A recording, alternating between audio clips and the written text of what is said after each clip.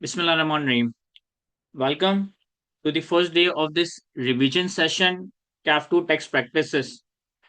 आप लोगों ने मेरी अनाउंसमेंट वीडियो देखी होगी जिसमें हमने CAF2 के रिवीजन सेशंस की एक अनाउंसमेंट की थी और मैंने एक पूरा एजेंडा आपको बताया था कि किस तरह से हम इन रिवीजन सेशंस को लेकर चल रहे होंगे। तो थोड़ा सा मैं आप लोगों के साथ एक प्लान शेयर कर लेता हूँ और फिर हम आज के दिन का स्टार्ट करते हैं। हम CAF2 के रिवीजन को कुछ इस तरह से लेके चल रहे होंगे कि अगले 10 से 12 दिन रेगुलर बेसिस पे हम तकरीबन 2 सवा 2 घंटे की क्लासेस कंडक्ट करेंगे।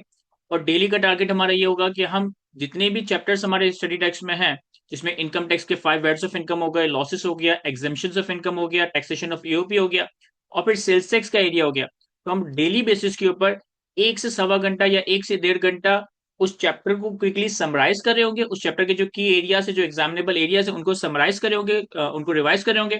और फिर साथ साथ हर चैप्टर के साथ जो रेलिवेंट प्रैक्टिस क्वेश्चंस होंगे, जो कि एग्जाम पर्सपेक्टिव से काफी ज्यादा इंपॉर्टेंट है, एग्जाम पर्सपेक्टिव से काफी ज्यादा बेंचमार्क सवाल समझे जाते हैं, उनको हम साथ साथ कवर कर रहे होंगे। तो इंशाल्लाह आने वाले 10 से 15 दिनों के अंदर आपका कंप्लीट कंप्लीट तो नहीं लेकिन सब्सटेंशियल तकरीबन 80-90% area income tax sales tax का क्विकली यहाँ पे रिवाइज हो जाएगा।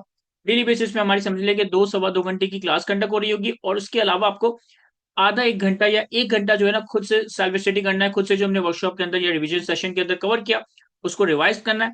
अगर इस पैटर्न पे आप वर्कशॉप्स को जो है 3 घंटे या साढ़े 3 घंटे डेली बेसिस पे दोगे तो इनशाला आपके 10 से 12 दिनों में आपका ये CAF2 का एक अफेक्टिव एक एफिशिएंट रिवीजन कंप्लीट हो जाएगा।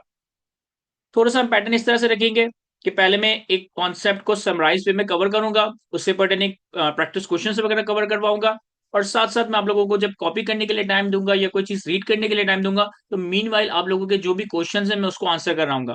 क्वेश्चंस हम सिर्फ चैट बॉक्स में लिख सकते हैं, चैट बॉक्स में मैं उसको आंसर करूंगा और टॉपिक को एक्सप्लेन करते वक्त समराइज करते वक्त मैं उन क्वेश्चंस को रीड नहीं करूंगा, लेकिन जब मैं वन से टॉपिक को एक्सप्लेन कर दूं, रिवाइज करवा दूं, उससे पर्टेनिंग क्वेश्चंस पे आ जाऊं, क्वेश्चंस को सॉल्व करूं और आपको कॉपी करने के लिए टाइम दूं, तब मैं आपके क्वेश्चंस चैट बॉक्स के अंदर रीड कर रहा हूँगा।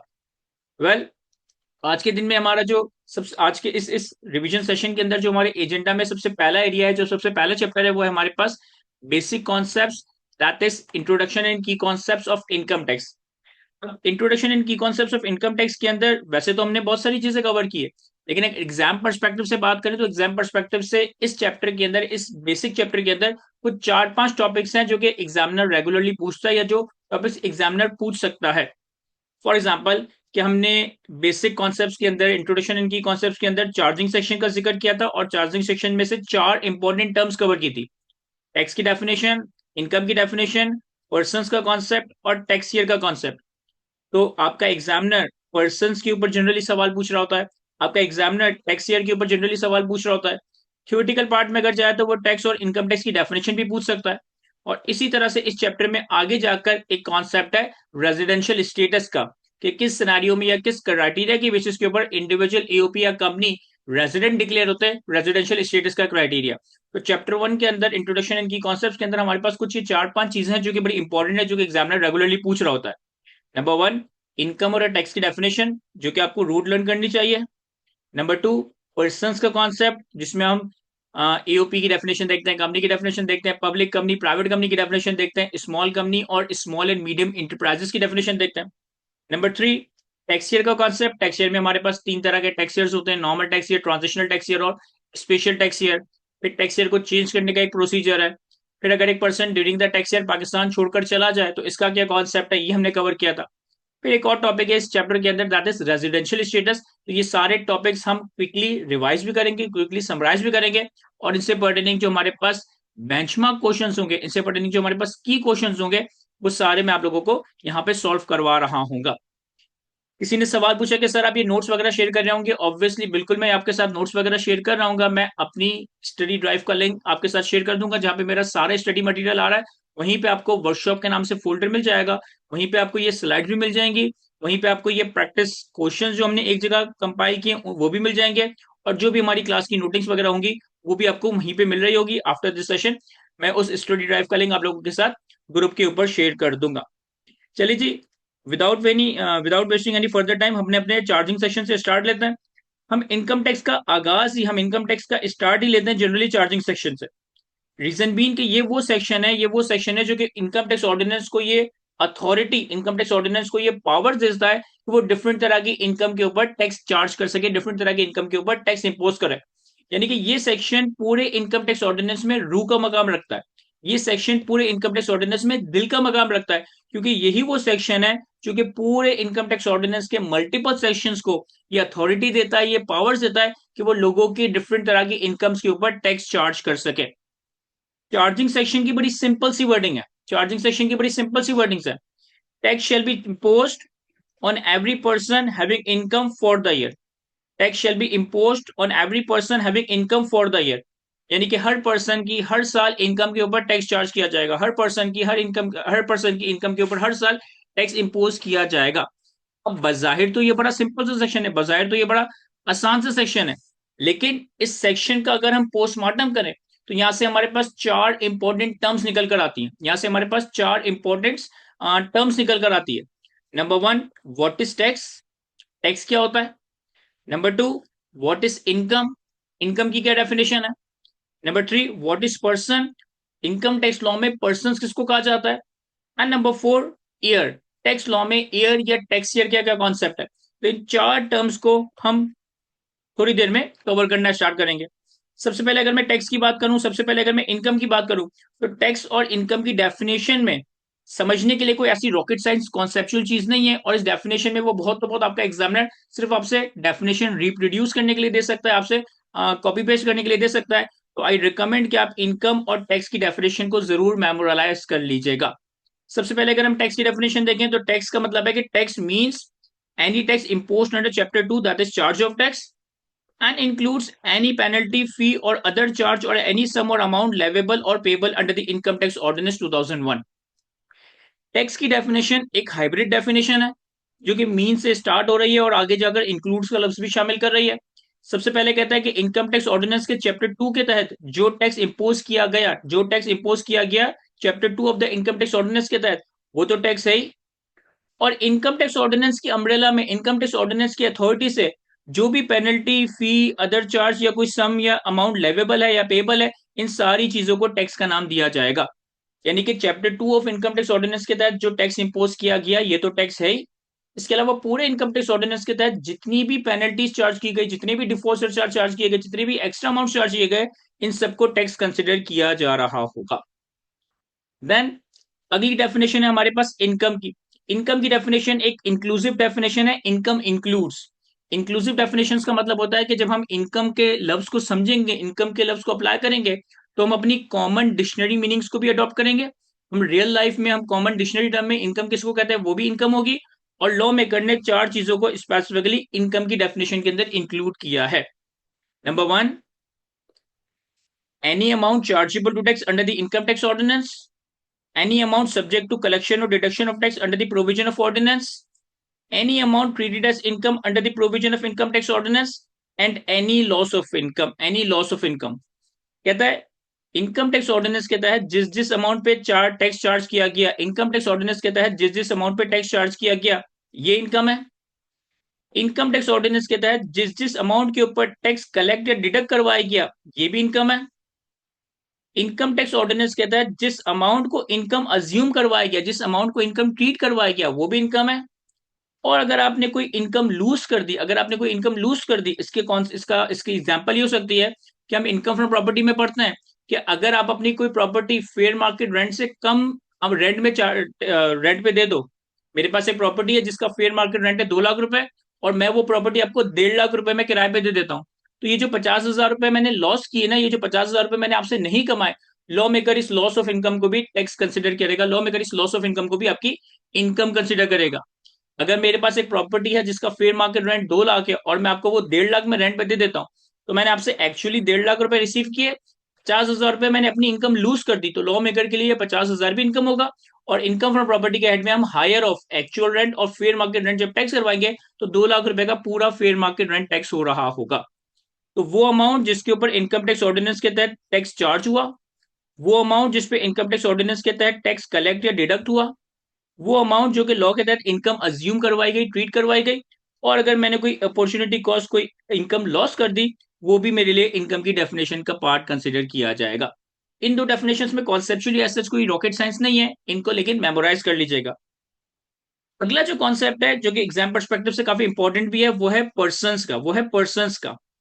कि लॉ की नजर में, इनकम टैक्स ऑर्डिनेंस की नजर में पर्संस किसे कहते हैं।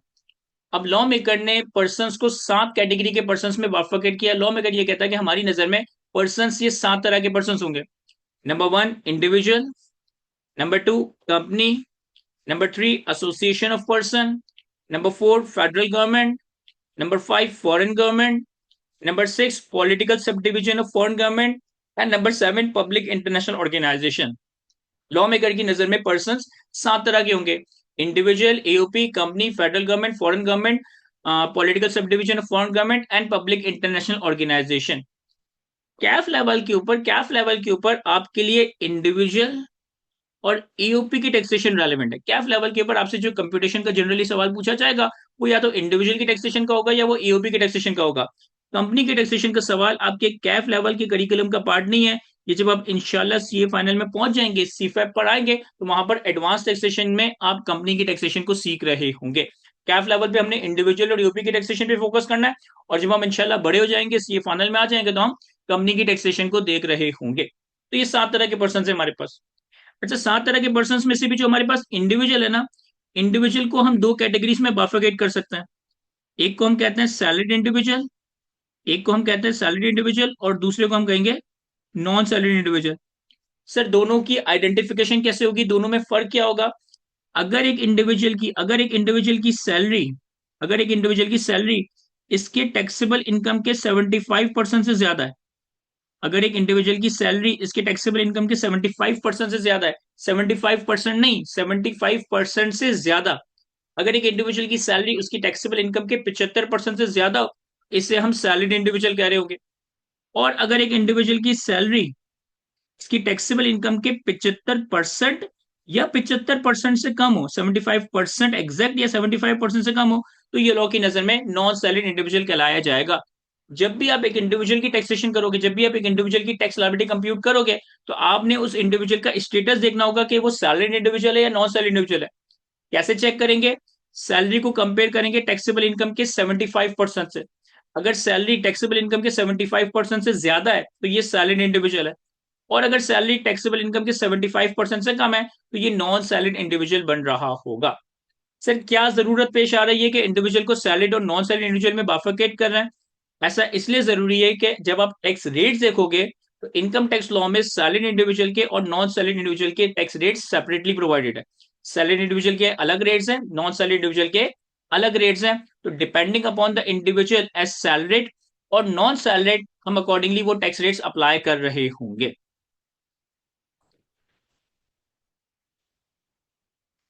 ऑलराइट, तो इंडिविजुअल और एओपी की टैक्सेशन हम कैफ लेवल पे कवर करते हैं, कंपनी की टैक्सेशन हम इंशाल्लाह सीए फाइनल लेवल पे कवर करेंगे।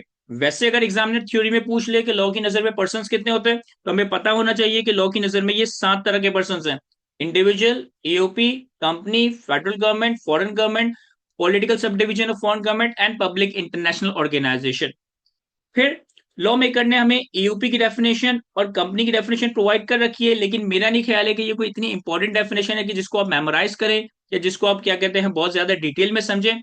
रीड करने के लिए, फॉर्मेलिटी के लिए हम एक दफा रीड कर लेते हैं, लेकिन एग्जाम परस्पेक्टिव से जो इंपॉर्टेंट डेफिनेशन हैं वो पब्लिक कंपनी और प्राइवेट कंपनी की डेफिनेशन है, वो स्मॉल कंपनी और स्मॉल एंड मीडियम इंटरप्राइजेस की डेफिनेशन है, जिसको मैं थोड़ा डिटेल में कवर करूंगा और उसकी कुछ प्रैक्टिस क्वेश्चंस, कुछ पास पेपर के क्वेश्चंस भी देखूंगा। सबसे पहले अगर मैं एओपी की डेफिनेशन देखूं, एओपी की डेफिनेशन एक इंक्लूसिव डेफिनेशन है, इंक्लूड्स के लफ्ज से स्टार्ट हो रही है। यानी कि जो रियल लाइफ में, प्रैक्टिकल लाइफ में कॉमन डिक्शनरी के तहत एओपी है वो तो एओपी है। लॉ मेकर ने ये 4 चीजें स्पेसिफिकली एओपी की डेफिनेशन में इंक्लूड कर दी। AOP includes a firm, Hindu undivided family, artificial juridical person and any body of person formed under a foreign law but does not include a company. अगर कोई partnership firm है तो ये AOP है। अगर कोई Hindu undivided family, Hindu undivided family का जो ये टर्म है, ये बेसिकली जॉइंट फैमिली बिजनेस को रिप्रेजेंट करता है। अगर कोई जॉइंट फैमिली बिजनेस है तो ये भी एओपी है। अगर कोई आर्टिफिशियल जुरिडिकल पर्सन यानी किसी लॉ के तहत कोई एओपी बनाई गई है तो ये भी एओपी है। और अगर किसी फॉरेन लॉ के तहत, किसी बाहर के कानून के तहत कोई बॉडी ऑफ पर्सन है, कोई एओपी है, तो इसे भी हम लॉ में एओपी एसोसिएशन ऑफ पर्सन ही कह रहे होंगे। अगेन डेफिनेशन में कुछ इतना ज्यादा टेक्निकल नहीं है आपके लेवल के ऊपर, सिर्फ हमें डेफिनेशन पता होनी चाहिए, इन केस के अगर थ्योरी में आ भी जाए तो हम खुद से कुछ लिख सके। याद करना चाहे तो याद भी कर सकते हैं। इसी तरह कंपनी की डेफिनेशन भी थियोरेटिकल डेफिनेशन है, क्विकली रीड कर लेता हूं। कंपनी मींस, अब कंपनी की डेफिनेशन एक एक्सक्लूसिव डेफिनेशन है। कंपनी की डेफिनेशन एक एक्सक्लूसिव डेफिनेशन है। डेफिनेशन जब मीन से स्टार्ट हो तो इसका मतलब है ये एक्सक्लूसिव डेफिनेशन है, यानी कि आप डिक्शनरी मीनिंग को नहीं देखना, कॉमन लाइफ के, रियल लाइफ के, प्रैक्टिकल लाइफ की डेफिनेशंस को नहीं देखना, सिर्फ लॉ की डेफिनेशंस को फोकस करना। कहता है company means company as defined under the income tax ordinance, income tax act 2017, body corporate formed by or under any law in force in Pakistan, Mudarba, a body incorporated by or under any law of the country outside Pakistan relating to incorporation of companies, cooperative society, finance society or any other society, non-profit organization। पहले इस side को देखते हैं। Number one, वो company जो कि पाकिस्तान के companies act 2017 के तहत बनाई गई, वो सारी कंपनी जो कि पाकिस्तान के कंपनीज एक्ट 2017 के तहत बनाई गई, वो कंपनी कंसिडर की जाएगी। वो कंपनी जो किसी और कानून के तहत बॉडी कॉर्पोरेट बनाई गई, जैसे पाकिस्तान इंटरनेशनल एयरलाइन हो गया या स्टेट लाइफ कॉर्पोरेशन हो गया, ये कॉर्पोरेशन रेलिवेंट पाकिस्तान के लॉज के तहत बनाई जाती है, ये भी लॉ में कंपनी है। इसी तरह अगर मुदारबा है तो मुदारबा भी कंपनी है। इसी तरह अगर पाकिस्तान के बाहर किसी कानून से, यानी कि किसी फॉरेन लॉ के तहत, किसी पाकिस्तान के बाहर के फॉरेन लॉ के तहत अगर कोई फॉरेन कंपनी बनाई गई तो ये भी हमारी नजर में कंपनी समझी जाएगी। अगर कोई सोसाइटी है, कोई कोऑपरेटिव सोसाइटी है, कोई फाइनेंस सोसाइटी है, कोई और सोसाइटी है, ये भी हमारी नजर में कंपनी है। अगर कोई नॉन प्रॉफिट ऑर्गेनाइजेशन, कोई फलाही इदारा है, कोई non government non profit organisation है, तो ये भी हमारी नजर में कंपनी है। देन ट्रस्ट एंटिटी और other body of person establish और कंस्टिट्यूटेड बाय और under any law for the time in force, any foreign association whether incorporated or not which FBR has by general or special order declared to be the company for the purpose of income tax ordinance, provincial government, local government or a small company। अगर कोई trust form हुआ है किसी relevant law के तहत, ये भी law में कंपनी है। अगर किसी फॉरेन लॉ के तहत कोई एओपी है, अगर किसी फॉरेन लॉ के तहत किसी कोई एओपी है, जिसे एफबीआर ने कंपनी डिक्लेयर कर दिया, जिसे एफबीआर ने कंपनी डिक्लेयर कर दिया, तो अब ये इनकम टैक्स की नजर में कंपनी समझी जाएगी। इसी तरीके से हमारे मुल्क में जो प्रोविंशियल गवर्नमेंट है, लोकल गवर्नमेंट है, ये भी कंपनी की डेफिनेशन में शामिल है। जबकि फेडरल गवर्नमेंट को सेपरेटली पर्सन का पार्ट बनाया गया था। फेडरल गवर्नमेंट लॉ में एक सेपरेट पर्सन है, और प्रोविंशियल गवर्नमेंट्स और लोकल गवर्नमेंट्स हमारे लॉ में कंपनी का स्टेटस रखती है। और फिर एक कॉन्सेप्ट है स्मॉल कंपनी, जिसकी डेफिनेशन हम थोड़ी देर में देखेंगे। अगेन ईओपी की डेफिनेशन, कंपनी की डेफिनेशन एग्जाम पर्सपेक्टिव से मैं नहीं समझता इतनी इंपॉर्टेंट है, याद करना चाहे तो अच्छी बात है, याद नहीं भी करते बस रीड कर लेते हैं, इस हद तक कि कुछ लिख लें अगर आ जाए तो काफी है। लेकिन जो इंपॉर्टेंट डेफिनेशन है वो है पब्लिक कंपनी की और प्राइवेट कंपनी की। जो इंपॉर्टेंट डेफिनेशन जो आपको लाजमी मेमोराइज भी करनी है और समझनी भी है, वो है what is public company, what is private company. Public company की डेफिनेशन में चार क्राइटेरियाज है, चार सिनेरियोज हैं। अगर एक कंपनी इन चार में से कोई एक क्राइटेरिया भी फिल कर जाए, इन चारों क्राइटेरिया की बात नहीं कर रहा, इन चार में से कोई एक क्राइटेरिया भी फुलफिल कर जाए, तो लॉ की नजर में एक कंपनी पब्लिक कंपनी बन जाएगी। अगर एक कंपनी इन चार में से कोई एक सिनेरियो, एक कंडीशन भी हिट कर जाए, तो वो कंपनी तुम्हारी नजर में पब्लिक कंपनी बन जाएगी। नंबर वन, जिसके 50% या उससे ज्यादा शेयर्स फेडरल गवर्नमेंट या प्रोविंशियल गवर्नमेंट के पास हो। नंबर वन, जिसके 50% या उससे ज्यादा शेयर्स, कम से कम 50%, 50% से कम नहीं, कम से कम 50% या 50% से ज्यादा शेयर्स अगर फेडरल गवर्नमेंट या प्रोविंशियल गवर्नमेंट के पास है, तो ये पब्लिक कंपनी है। नंबर टू, जिसके 50% या उससे ज्यादा शेयर्स फॉरेन गवर्नमेंट या foreign company own by foreign government के पास है, तो ये भी पब्लिक कंपनी है। नंबर टू, जिसके कम से कम 50%, 50% से कम नहीं, 50% या उससे ज्यादा शेयर्स या तो किसी फॉरेन गवर्नमेंट के पास है या फिर foreign company own by foreign government के पास है। नंबर थ्री, एक ऐसी कंपनी जिसके शेयर्स में साल में किसी भी एक वक्त स्टॉक एक्सचेंज पे ट्रेड हुआ, जिसके शेयर्स में साल में किसी भी एक वक्त स्टॉक एक्सचेंज के ऊपर सेल परचेज हुआ, और वो साल के आखिरी दिन स्टॉक एक्सचेंज के लिस्टेड है, तो इससे हम पब्लिक कंपनी कह रहे होंगे। तीसरी कंडीशन के अंदर दो कंडीशंस हैं। नंबर वन, जिसके शेयर्स में साल में किसी भी एक दिन, एटलीस्ट एक दिन ट्रेड हुआ हो, सेल परचेज हुआ हो, और वो साल के आखिरी दिन पाकिस्तान स्टॉक एक्सचेंज पे लिस्टेड हो। तीसरे सिनेरियो में अगर ये दोनों कंडीशंस मीट होती है, तो ये कंपनी आपके लिए पब्लिक कंपनी बन जाएगी। और चौथा सिनेरियो, एक ऐसा यूनिट ट्रस्ट जिसके units widely available to the public हो। एक ऐसा यूनिट ट्रस्ट जिसके यूनिट्स आपके पास widely available to the public हो, जो कि generally open end mutual fund, close end mutual funds वगैरह होते हैं। तो पब्लिक कंपनी की डेफिनेशन में चार बातें, ये चारों रिटेन भी रखनी है, कॉन्सेप्चुअली भी समझनी है। 50% या उससे ज्यादा शेयर्स अगर फेडरल गवर्नमेंट के पास हो, प्रोविंशियल गवर्नमेंट के पास हो, या फिर 50% और उससे ज्यादा शेयर्स फॉरेन गवर्नमेंट के पास या foreign company own by foreign government के पास हो, या फिर जिसके शेयर्स में साल में किसी भी एक वक्त ट्रेड हुआ हो और वो साल के आखिरी दिन पाकिस्तान स्टॉक एक्सचेंज पे लिस्टेड हो, या फिर एक ऐसा यूनिट ट्रस्ट जिसके units widely available to the public है। अगर इन चार में से कोई एक बात भी फुलफिल हो जाती है, इन चार में से कोई एक चीज भी हो जाती है, तो ये कंपनी पब्लिक कंपनी बन जाएगी, ये कंपनी पब्लिक कंपनी कंसिडर की जाएगी। प्राइवेट कंपनी की बड़ी आसान सी डेफिनेशन है। Private company means a company that is not a public company. यानी कि अगर एक कंपनी जिसके अंदर ये चारों में से कोई एक सिनेरियो, कोई एक क्राइटेरिया भी हिट नहीं होता, तो वो कंपनी अब आपके लिए प्राइवेट कंपनी होगी, वो कंपनी अब आपके लिए प्राइवेट कंपनी तस्वुर की जा रही होगी। ठीक हो गया। इसके बाद हमने कंपनी की डेफिनेशन में एक टर्म देखा था स्मॉल कंपनी का, हमने कंपनी की डेफिनेशन में एक टर्म देखा था स्मॉल कंपनी का, तो स्मॉल कंपनी को भी लॉ में करने डिफाइन किया है। कहता है small company means a company registered on or after the first day of July 2025 under the Companies Act 2017 which has the following condition, which has the following condition। अब यहां पर पांच कंडीशंस हैं, लेकिन अफेक्टिवली अफेक्टिवली यूं समझो कि small company बनने के लिए छह कंडीशंस का पूरा होना जरूरी है। स्मॉल कंपनी बनने के लिए छह कंडीशंस का पूरा होना जरूरी है। पहली कंडीशन पहली लाइन में लिखिए, पहली कंडीशन पहली लाइन में लिखिए।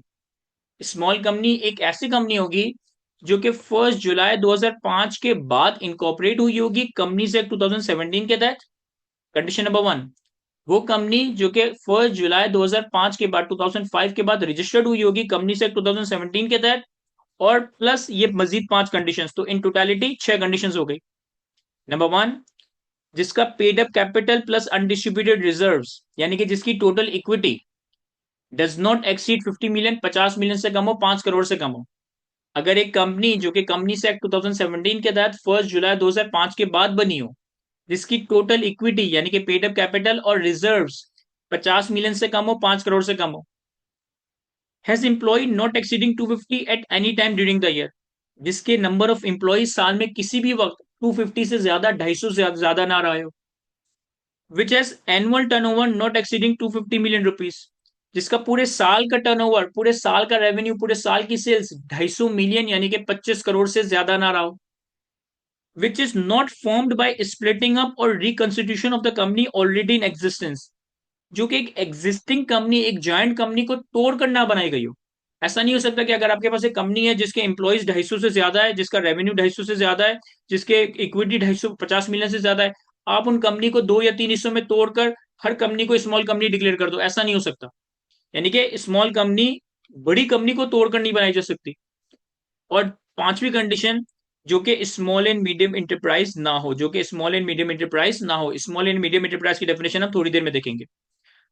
स्मॉल कंपनी की डेफिनेशन के लिए, स्मॉल कंपनी का डेफिनेशन के लिए ये छह की छह कंडीशंस एक साथ मीट होना जरूरी है, ये छह की छह कंडीशंस एक साथ मीट होना जरूरी है। नंबर वन, जो कि 1 जुलाई 2005 के बाद कंपनीज एक्ट के तहत इनकॉर्पोरेट करवाई गई हो। नंबर टू, जिसकी टोटल इक्विटी 50 मिलियन से कम हो। नंबर थ्री, जिसके नंबर ऑफ एम्प्लॉयज 250 से कम हो। नंबर फोर, जिसका annual revenue, annual sales 250 million से कम हो। नंबर फाइव, जो कि किसी बड़ी कंपनी को स्प्लिट या रिकंस्ट्रक्ट करके ना बनाई गई हो। एंड नंबर सिक्स, जो कि स्मॉल एंड मीडियम इंटरप्राइज ना हो। देन अगली डेफिनेशन, ये पर्सन के एरिया में हमारे पास लास्ट डेफिनेशन है स्मॉल एंड मीडियम इंटरप्राइजेस की। एक चीज याद रखिएगा, एक चीज याद रखिएगा कि स्मॉल कंपनी सिर्फ कंपनी हो सकती है। स्मॉल कंपनी सिर्फ कंपनी हो सकती है, नाम ही कंपनी आ रहा है ना। लेकिन ये जो कॉन्सेप्ट है ना स्मॉल एंड मीडियम इंटरप्राइजेस का, स्मॉल एंड मीडियम इंटरप्राइजेस का, ये इंडिविजुअल भी हो सकता है, ये एओपी भी हो सकता है, ये कंपनी भी हो सकता है। स्मॉल कंपनी सिर्फ कंपनी होगी, लेकिन स्मॉल एंड मीडियम इंटरप्राइज कोई इंडिविजुअल भी स्मॉल एंड मीडियम इंटरप्राइज हो सकता है, कोई ईओपी भी स्मॉल एंड मीडियम इंटरप्राइज हो सकता है, कोई कंपनी भी स्मॉल एंड मीडियम इंटरप्राइज हो सकता है। और इसकी डेफिनेशन बड़ी आसान सी है। Small and medium enterprise means a person, देखो यह पर्सन का लफ्ज इस्तेमाल हुआ है। पर्सन का मतलब है ये इंडिविजुअल भी हो सकता है, ये ईओपी भी हो सकता है, ये कंपनी भी हो सकता है। Small and medium enterprise means a person who is engaged in manufacturing and his business turnover in a tax year does not exceed 250 million। And is business turnover in a tax year does not exceed 250 million. अगर एक individual है, अगर एक AOP है, अगर एक company है जो कि मैन्युफैक्चरिंग एक्टिविटीज परफॉर्म कर रहा है, जो कि मैन्युफैक्चरिंग बिजनेस के अंदर अंदर इंगेज्ड है, और उसका पूरे साल का जो रेवेन्यू है, पूरे साल का जो टर्नओवर है वो 250 मिलियन से कम है, तो अब आप इस इंडिविजुअल को, इस एओपी को, इस कंपनी को स्मॉल एंड मीडियम इंटरप्राइज कह रहे होगे। और अगर एक इंडिविजुअल और एओपी जिसका जो कि मैन्युफैक्चरिंग एक्टिविटीज में इंगेज्ड है,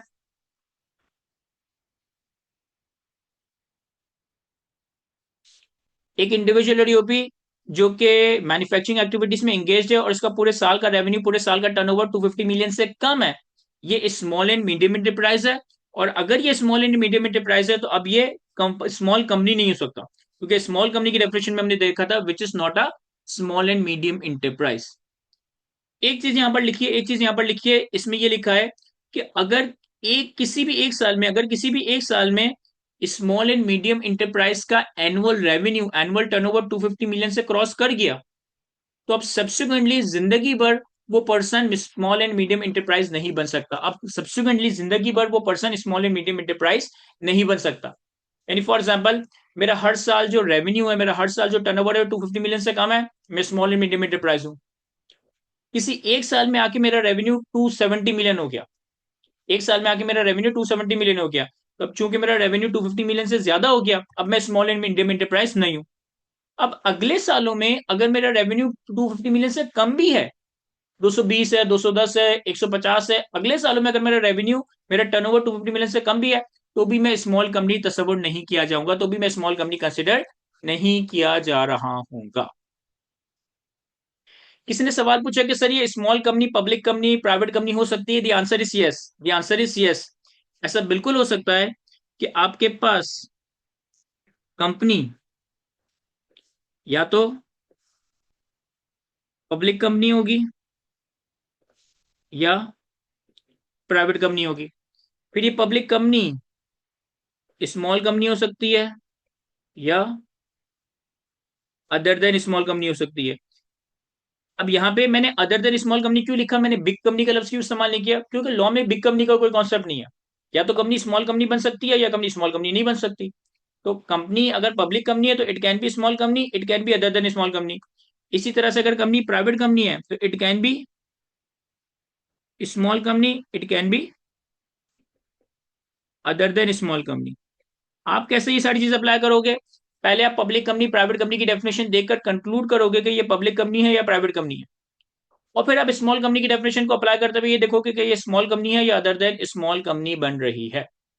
पर्संस के चैप्टर में हमारे पास public company, private company, small company, other than small company की डेफिनेशन मोस्ट इंपॉर्टेंट है। इससे पर्टेनिंग हमारे पास पास पेपर में कुछ सवाल वगैरह आए, उनको भी हम देखते हैं, फिर हम टैक्स ईयर के कॉन्सेप्ट पे जंप करेंगे। मैंने पिछली 10-15 टर्म में से जो बेंचमार्क सवाल है ना हर टॉपिक के, जो बहुत ही इंपॉर्टेंट या बहुत ही की क्वेश्चंस हैं, उनको एक जगह जॉट डाउन किया है ताकि हम उनकी प्रैक्टिस करें और उन कॉन्सेप्ट्स को समझ सकें कि इन कॉन्सेप्ट्स को हमने किस तरह से अप्लाई करना है। तो सबसे पहला सवाल जो हमारे पास पर्संस के कॉन्सेप्ट का हमने लिखा है वो है स्प्रिंग 2022 के अटेम्प्ट का क्वेश्चन नंबर 4 का पार्ट सी, 7 मार्क की वेटेज है इस सवाल की। कहता है following information pertains to 3 unlisted companies, A limited, B limited and C limited.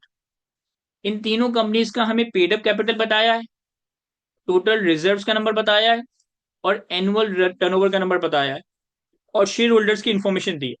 मैं इस इंफॉर्मेशन को देखता हूं अभी, पहले रिक्वायरमेंट देख लूं।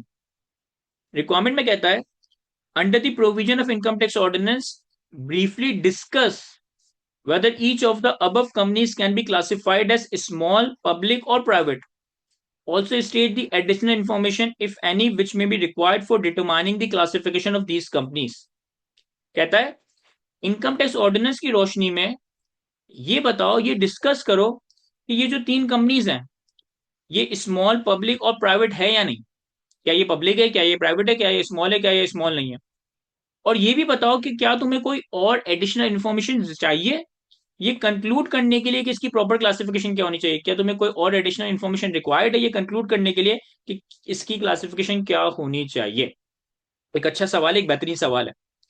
देखो सबसे पहले अगर मैं कंपनी ए की बात करूं, ए लिमिटेड की, सबसे पहले अगर हम ए लिमिटेड की बात करें, ए लिमिटेड का पेड अप कैपिटल है 30, टोटल रिजर्व से 80, एनुअल टर्नओवर है 150।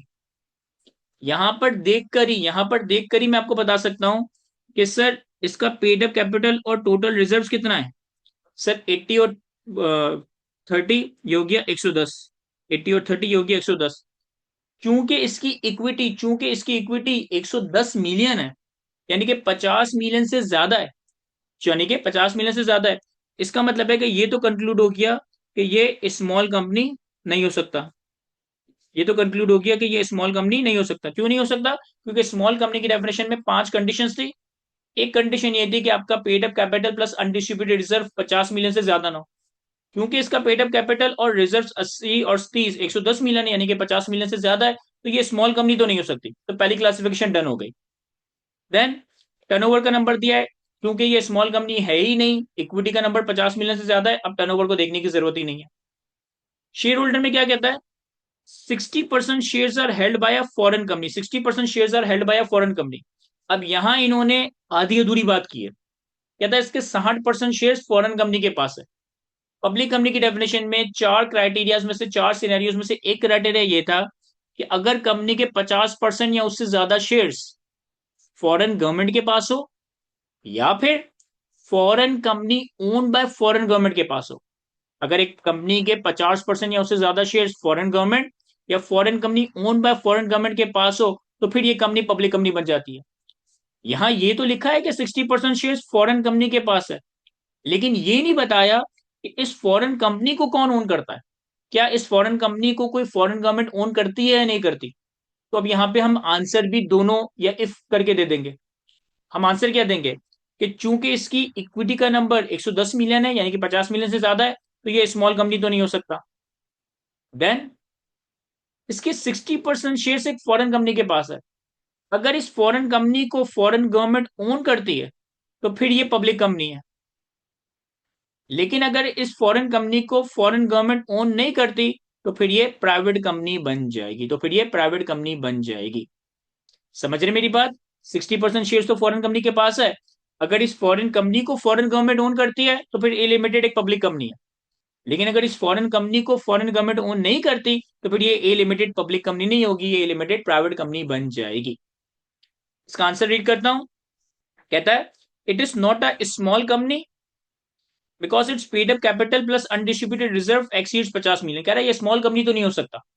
क्यों? क्योंकि इसके पेड अप कैपिटल और रिजर्व का नंबर जो है वो 50 मिलियन से एक्सीड कर रहा है। कहता है it can be a public company if foreign company is owned by foreign government, otherwise it will be a private company. कहता है ये पब्लिक कंपनी हो सकती है अगर इस फॉरेन कंपनी को फॉरेन गवर्नमेंट ओन करे, और अगर ऐसा नहीं है, यानी कि फॉरेन कंपनी को फॉरेन गवर्नमेंट ओन नहीं करती, तो फिर ये प्राइवेट कंपनी बन जाएगा, तो फिर ये प्राइवेट कंपनी बन जाएगा। देन पॉइंट बी में कहता है, बी लिमिटेड के बारे में कहता है कि पेड अप कैपिटल है 80, टोटल रिजर्व है 35, एनुअल टर्नओवर है 220 million. 40% shares are held by the provincial government and a federal government. 40% shares are held by the provincial government and the federal government. अब ध्यान देना सर, यहां पर equity कितनी है? सर 80 का पेड अप कैपिटल और 35 के नेगेटिव रिजर्व्स, 80 माइनस 35, ये हो गया 45, ये हो गया 45। इस कंपनी की इक्विटी 50 मिलियन से कम है, इस कंपनी की इक्विटी 50 मिलियन से कम है, तो स्मॉल कंपनी की एक क्राइटेरिया फुलफिल हो रहा है। इस कंपनी का टर्नओवर 220 मिलियन है, यानी कि 250 मिलियन से कम है, यानी कि स्मॉल कंपनी का दूसरा क्राइटेरिया भी मीट हो रहा है। इसकी इक्विटी भी 50 मिलियन से कम है, इसका टर्नओवर भी 250 मिलियन से कम है। लेकिन स्मॉल कंपनी कंक्लूड करने के लिए हमें दो तीन मजीद इंफॉर्मेशन रिक्वायर्ड है। इसके नंबर ऑफ एम्प्लॉयज कितने हैं, इसके नंबर ऑफ एम्प्लॉयज कितने हैं, ये बड़ी कंपनी को स्प्लिट या रिकंस्ट्रूट करके तो नहीं बनी, और ये स्मॉल एंड मीडियम एंटरप्राइज तो नहीं है। तो यहाँ पे मैं क्या कहूंगा कि क्योंकि इक्विटी 50 मिलियन से कम है, क्योंकि annual revenue annual turnover 250 million से कम है, अगर बाकी इन्फॉर्मेशन भी अवेलेबल हो तो ये स्मॉल कंपनी हो सकती है, अगर बाकी इन्फॉर्मेशन भी अवेलेबल हो तो ये स्मॉल कंपनी हो सकती है। शेयर्स के बारे में बताया कि 40% शेयर्स फेडरल गवर्नमेंट और प्रोविंशियल गवर्नमेंट के पास है, 40% शेयर्स फेडरल गवर्नमेंट या प्रोविंशियल गवर्नमेंट के पास है। तो गवर्नमेंट शेयर होल्डिंग की बेसिस पे ये पब्लिक कंपनी तो नहीं बन रही। लेकिन सिर्फ 40% शेयर्स के बारे में बताया है, बाकी 60% के बारे में नहीं बताया।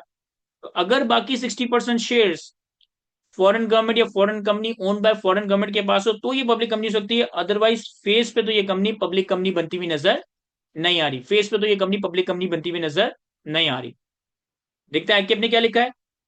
आईकेप कहता है it's paid up capital plus undistributed reserves are below 50 million and annual turnover is below 250 million. कहता है इसका जो पेड अप कैपिटल और रिजर्व्स का नंबर है यानी कि इक्विटी का नंबर है वो 50 मिलियन से कम है, और इसका जो एनुअल टर्नओवर है वो 250 मिलियन से कम है। अगर ये कंडीशंस भी पूरी हो जाएं, if the following conditions are met, तो ये स्मॉल कंपनी बन सकती है। अगर ये कंडीशंस भी पूरी हो जाए तो ये स्मॉल कंपनी हो सकती है जिसकी इन्फॉर्मेशन सवाल में नहीं दी हुई। नंबर वन, इसके एम्प्लॉइज 250 मिलियन से कम हो, सॉरी 250 मिलियन नहीं, 250 नंबर ऑफ एम्प्लॉइज से कम हो, ये किसी बड़ी कंपनी को स्प्लिट या रिकंस्टिट्यूट करके ना बनाई गई हो, और ये स्मॉल एंड मीडियम एंटरप्राइज ना हो। इक्विटी इसकी, एक मिनट दीजिएगा।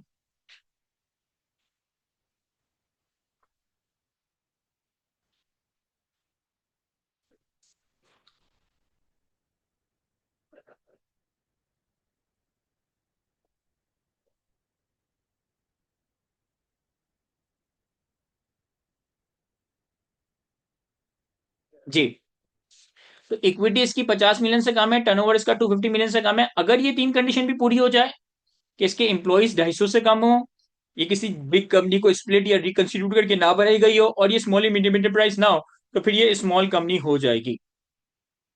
पब्लिक कंपनी प्राइवेट कंपनी के केस में क्या कंक्लूड करता है, कहता है if remaining 60% shares is held by foreign government और foreign company own by foreign government then it is public company, otherwise it is a private company. देखो यहां बताया था कि 40% शेयर्स फेडरल और प्रोविंशियल गवर्नमेंट के पास है, बाकी 60% शेयर्स का नहीं बताया। तो अगर तो बाकी के 60% शेयर होल्डिंग फॉरेन गवर्नमेंट या foreign company own by foreign government के पास है तो ये पब्लिक कंपनी हो सकती है, अदरवाइज ये प्राइवेट कंपनी कंसिडर की जाएगी। बस ये लास्ट पार्ट में सॉल्व कर रहा हूं, उसके बाद मैं आपके सवाल लेता हूं। सी लिमिटेड, सी लिमिटेड का पेड अप कैपिटल है 40, टोटल रिजर्व है 5, तो इक्विटी कितनी हो गई, इक्विटी कितनी हो गई 45। लेकिन इसका टर्नओवर कितना है 500 मिलियन। अब देखो टर्नओवर 500 मिलियन है ना, टर्नओवर 500 मिलियन का मतलब है कि टर्नओवर 250 मिलियन से ज्यादा है, और चूंकि टर्नओवर 250 मिलियन से ज्यादा है तो ये स्मॉल कंपनी तो नहीं हो सकती, ये स्मॉल कंपनी तो नहीं हो सकती। फिर कहता है 100% shares are held by the local group, 100% जो शेयर्स है वो किसी लोकल ग्रुप के पास है, यानी कि फेडरल गवर्नमेंट के पास नहीं है, फॉरेन गवर्नमेंट के पास नहीं है, फॉरेन कंपनी के पास नहीं है। तो चूंकि 100% शेयर्स किसी लोकल ग्रुप के पास है तो मैं कंक्लूड कर सकता हूं कि ये प्राइवेट कंपनी होगी, ये पब्लिक कंपनी नहीं होगी। आईकेप क्या कहता है, not a small company because it's turnover exceeds 250 million, not a public company because 100% shareholding is with the local group, therefore it can be classified, it shall be classified as a private company। तो एक अच्छा सवाल था, एक अच्छा scenario based सवाल था। इसके आंसर को रीड करें, मीनवाइल मैं चैट बॉक्स में कुछ सवालों के आंसर करता हूं।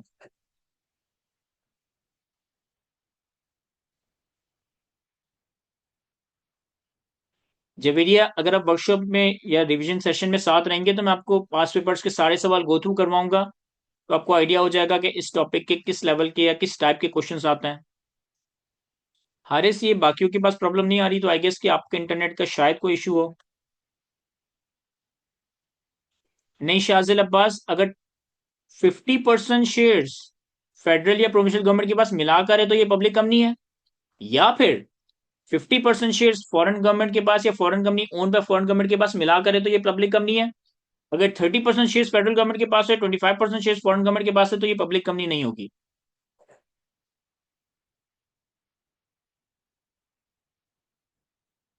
हारिस, जो आपका सवाल था कि 40% शेयर्स प्रोविंशियल गवर्नमेंट के पास है, 30% शेयर्स फेडरल गवर्नमेंट के पास है, तो ये पब्लिक कंपनी होगी। जी भैया, ये एरिया डायरेक्टली मैं कवर नहीं करवाऊंगा, लेकिन मैं कोई ना कोई इसकी आपको प्रॉपर एक टेक्निक, प्रॉपर एक जुगाड़ बताऊंगा। मेरे साथ जो टीम मेंबर होते हैं सर असद, आप हो, आई होप कि आप रेलेवेंट व्हाट्सएप ग्रुप पर एंटर है, तो वो आपको इसके हवाले से प्रॉपरली गाइड करेंगे कि इस एरिया को आपने कैसे कवर करना है, किस तरह से लेके चलना है।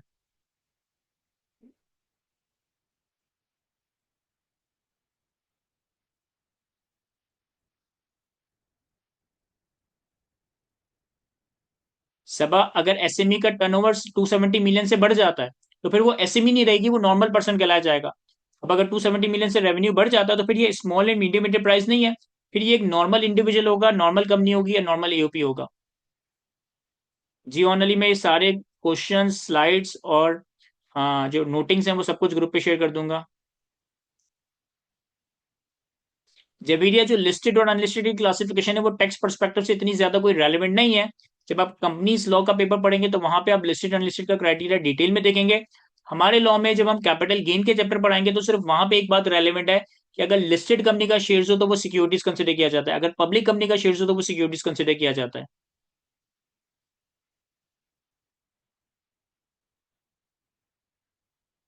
शाजिल, आपका जो सवाल था कि 40% शेयर फेडरल गवर्नमेंट के पास हो, 20% शेयर प्रोविंशियल गवर्नमेंट के पास हो, तो ये टोटल 60% हुआ। ये पब्लिक कंपनी होगी।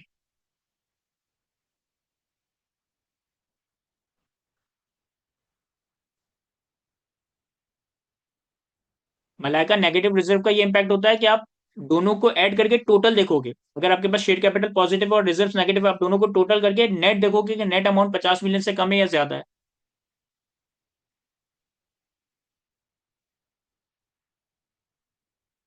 देखेंगे जवरिया इसका।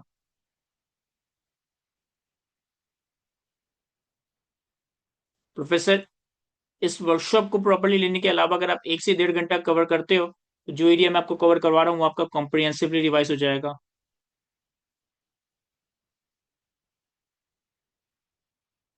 जी, ऊपर ही स्लाइड्स मिल जाएगी। Paid up capital, share capital.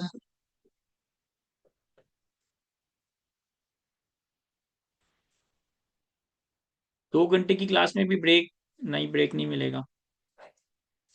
चले जी, अगले सवाल पे आते हैं या अगले कॉन्सेप्ट पे आते हैं। अगला कॉन्सेप्ट जो हमने कवर करना है वो है टैक्स ईयर का।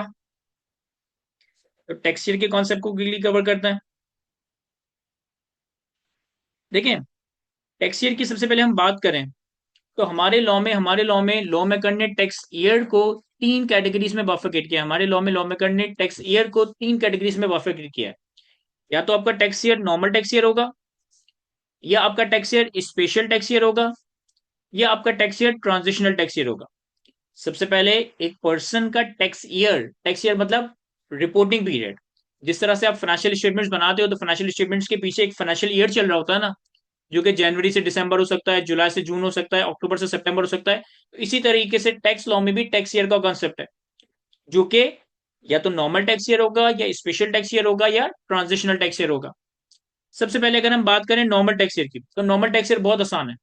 नॉर्मल टैक्स ईयर का मतलब है कि वो 12 महीनों का पीरियड जो 30 जून पे एंड हो रहा है वो नॉर्मल टैक्स ईयर है। नॉर्मल टैक्स ईयर का मतलब है कि वो 12 महीनों का पीरियड जो 30 जून पे एंड हो, यानी कि 1 जुलाई से स्टार्ट हो 30 जून पे एंड हो, इससे हम नॉर्मल टैक्स ईयर कह रहे होंगे। और नॉर्मल टैक्स ईयर को रीड करने का बहुत आसान तरीका है। 1 जुलाई से लेकर 30 जून तक नॉर्मल टैक्स ईयर होता है। 30 जून के साथ जो भी कैलेंडर ईयर लिखा है, 30 जून के साथ जो भी कैलेंडर ईयर लिखा है, ये नॉर्मल टैक्स ईयर का नंबर बन जाएगा, ये नॉर्मल टैक्स ईयर का नंबर बन जाएगा। फॉर एग्जाम्पल मैं आपसे कहूं 1 जुलाई 2024 से लेकर 30 जून 2025, ये 1 जुलाई पे स्टार्ट हो रहा है, 30 जून पे एंड हो रहा है, इसका मतलब है कि ये नॉर्मल टैक्स ईयर है। और इसको रीड कैसे करेंगे?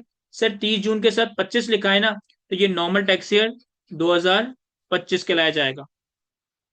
फॉर एग्जाम्पल मैं आपसे कहूं 1 जुलाई 2018 से लेकर 30 जून 2019, ये 1 जुलाई पे स्टार्ट हो रहा है, 30 जून पे एंड हो रहा है, यानी कि ये नॉर्मल टैक्स ईयर है। और इसको पुकारेंगे कैसे, डिनोट कैसे करेंगे? सर 30 जून के साथ 2019 लिखा है ना, ये नॉर्मल टैक्स ईयर 2019 कहलाया जाएगा, ये नॉर्मल टैक्स ईयर 2019 कहलाया जाएगा। तो normal tax year is a period of 12 month that ends on 30 June. 30 June के साथ जो भी कैलेंडर ईयर लिखा है वो नॉर्मल टैक्स ईयर का नंबर बन जाएगा। देन दूसरा है हमारे पास special tax year. Special tax year का मतलब है कि वो 12 महीनों का पीरियड जो 30 जून के अलावा किसी और दिन एंड हो रहा हो, वो 12 महीनों का पीरियड जो 30 जून के अलावा किसी और दिन एंड हो रहा हो। फॉर एग्जाम्पल कि अगर आपका टैक्स ईयर 1 जनवरी 2022 से लेकर 31 दिसंबर 2022 है, अब ये 30 जून पे एंड नहीं हो रहा, अब ये 30 जून पे एंड नहीं हो रहा, तो ये स्पेशल टैक्स ईयर है। फॉर एग्जाम्पल आपका टैक्स ईयर 1 अप्रैल 2017 से लेकर 31 मार्च 2018 है, तो ये 30 जून पे एंड नहीं हो रहा, ये स्पेशल टैक्स ईयर है। फॉर एग्जाम्पल आपका टैक्स ईयर 1 अक्टूबर 2021 से लेकर 30 सितंबर 2022 पे एंड हो रहा है, तो ये 30 जून पे एंड नहीं हो रहा, ये स्पेशल टैक्स ईयर है। फॉर एग्जाम्पल 1 मार्च 2015 से लेकर 28 फेब 2016, ये स्पेशल टैक्स ईयर। देखो नॉर्मल टैक्स ईयर और स्पेशल टैक्स ईयर में फर्क क्या है। नॉर्मल टैक्स ईयर 12 महीनों का पीरियड है जो हमेशा 30 जून पे ही एंड होगा। स्पेशल टैक्स ईयर भी 12 महीनों का ही पीरियड है, लेकिन ये 30 जून पे एंड नहीं हो रहा, ये 30 जून के अलावा किसी और दिन एंड हो रहा है। 31 दिसंबर पे, 31 मार्च पे, 30 सितंबर पे, 28 फरवरी पे, कोई भी, लेकिन होगा ये 12 महीनों का पीरियड। अब स्पेशल टैक्स ईयर को रीड करने की टेक्निक सुनना, स्पेशल टैक्स ईयर को रीड करने का शॉर्टकट सुनना। अगर स्पेशल टैक्स ईयर जनवरी से लेकर जून के महीने में एंड हो रहा हो, जनवरी से लेकर जून के महीने में एंड हो रहा हो, तो जो भी जनवरी से लेकर जून के महीने के साथ कैलेंडर ईयर लिखा है ना, वही तुम्हारे स्पेशल टैक्स ईयर का नंबर बन जाएगा। अगर स्पेशल टैक्स ईयर जनवरी से लेकर जून तक में एंड हो रहा है, तो जो भी इसके साथ कैलेंडर ईयर लिखा है वही उसका नंबर बन जाएगा। लेकिन अगर स्पेशल टैक्स ईयर जुलाई से लेकर दिसंबर तक में एंड हो रहा है, जुलाई से लेकर दिसंबर में एंड हो रहा है, तो जो भी इसके साथ कैलेंडर ईयर लिखा है उस कैलेंडर ईयर में +1 कर दीजिएगा, आपका स्पेशल टैक्स ईयर का नंबर बन जाएगा। मैं रिपीट करता हूं, आपने स्पेशल टैक्स ईयर की ईयर एंड डेट देखनी है, आपने स्पेशल टैक्स ईयर की ईयर एंड डेट देखनी है। अगर ये ईयर एंड डेट जनवरी से जून के दरमियान आ रही हो, तो जो कैलेंडर ईयर इसके साथ लिखा है वही आपके स्पेशल टैक्स ईयर का नंबर बन जाएगा। और अगर आपकी ईयर एंड डेट जुलाई से लेकर दिसंबर के दरमियान आ रही है, तो जो भी कैलेंडर ईयर इसके साथ लिखा है उसमें +1 ऐड कर दीजिएगा, ये आपके स्पेशल टैक्स ईयर का नंबर बन जाएगा। देखो बहुत आसान तरीके से, ये एग्जाम्पल में 1 जनवरी 2022 से लेकर 31 दिसंबर 2022, 31 दिसंबर 2022 यहां फॉल कर रहा है। दिसंबर की बात हो रही है ना, 31 दिसंबर, तो 31 दिसंबर यहां पे एंड हो रहा है। इसके लिए मैं क्या कह रहा हूं, नेक्स्ट कैलेंडर ईयर।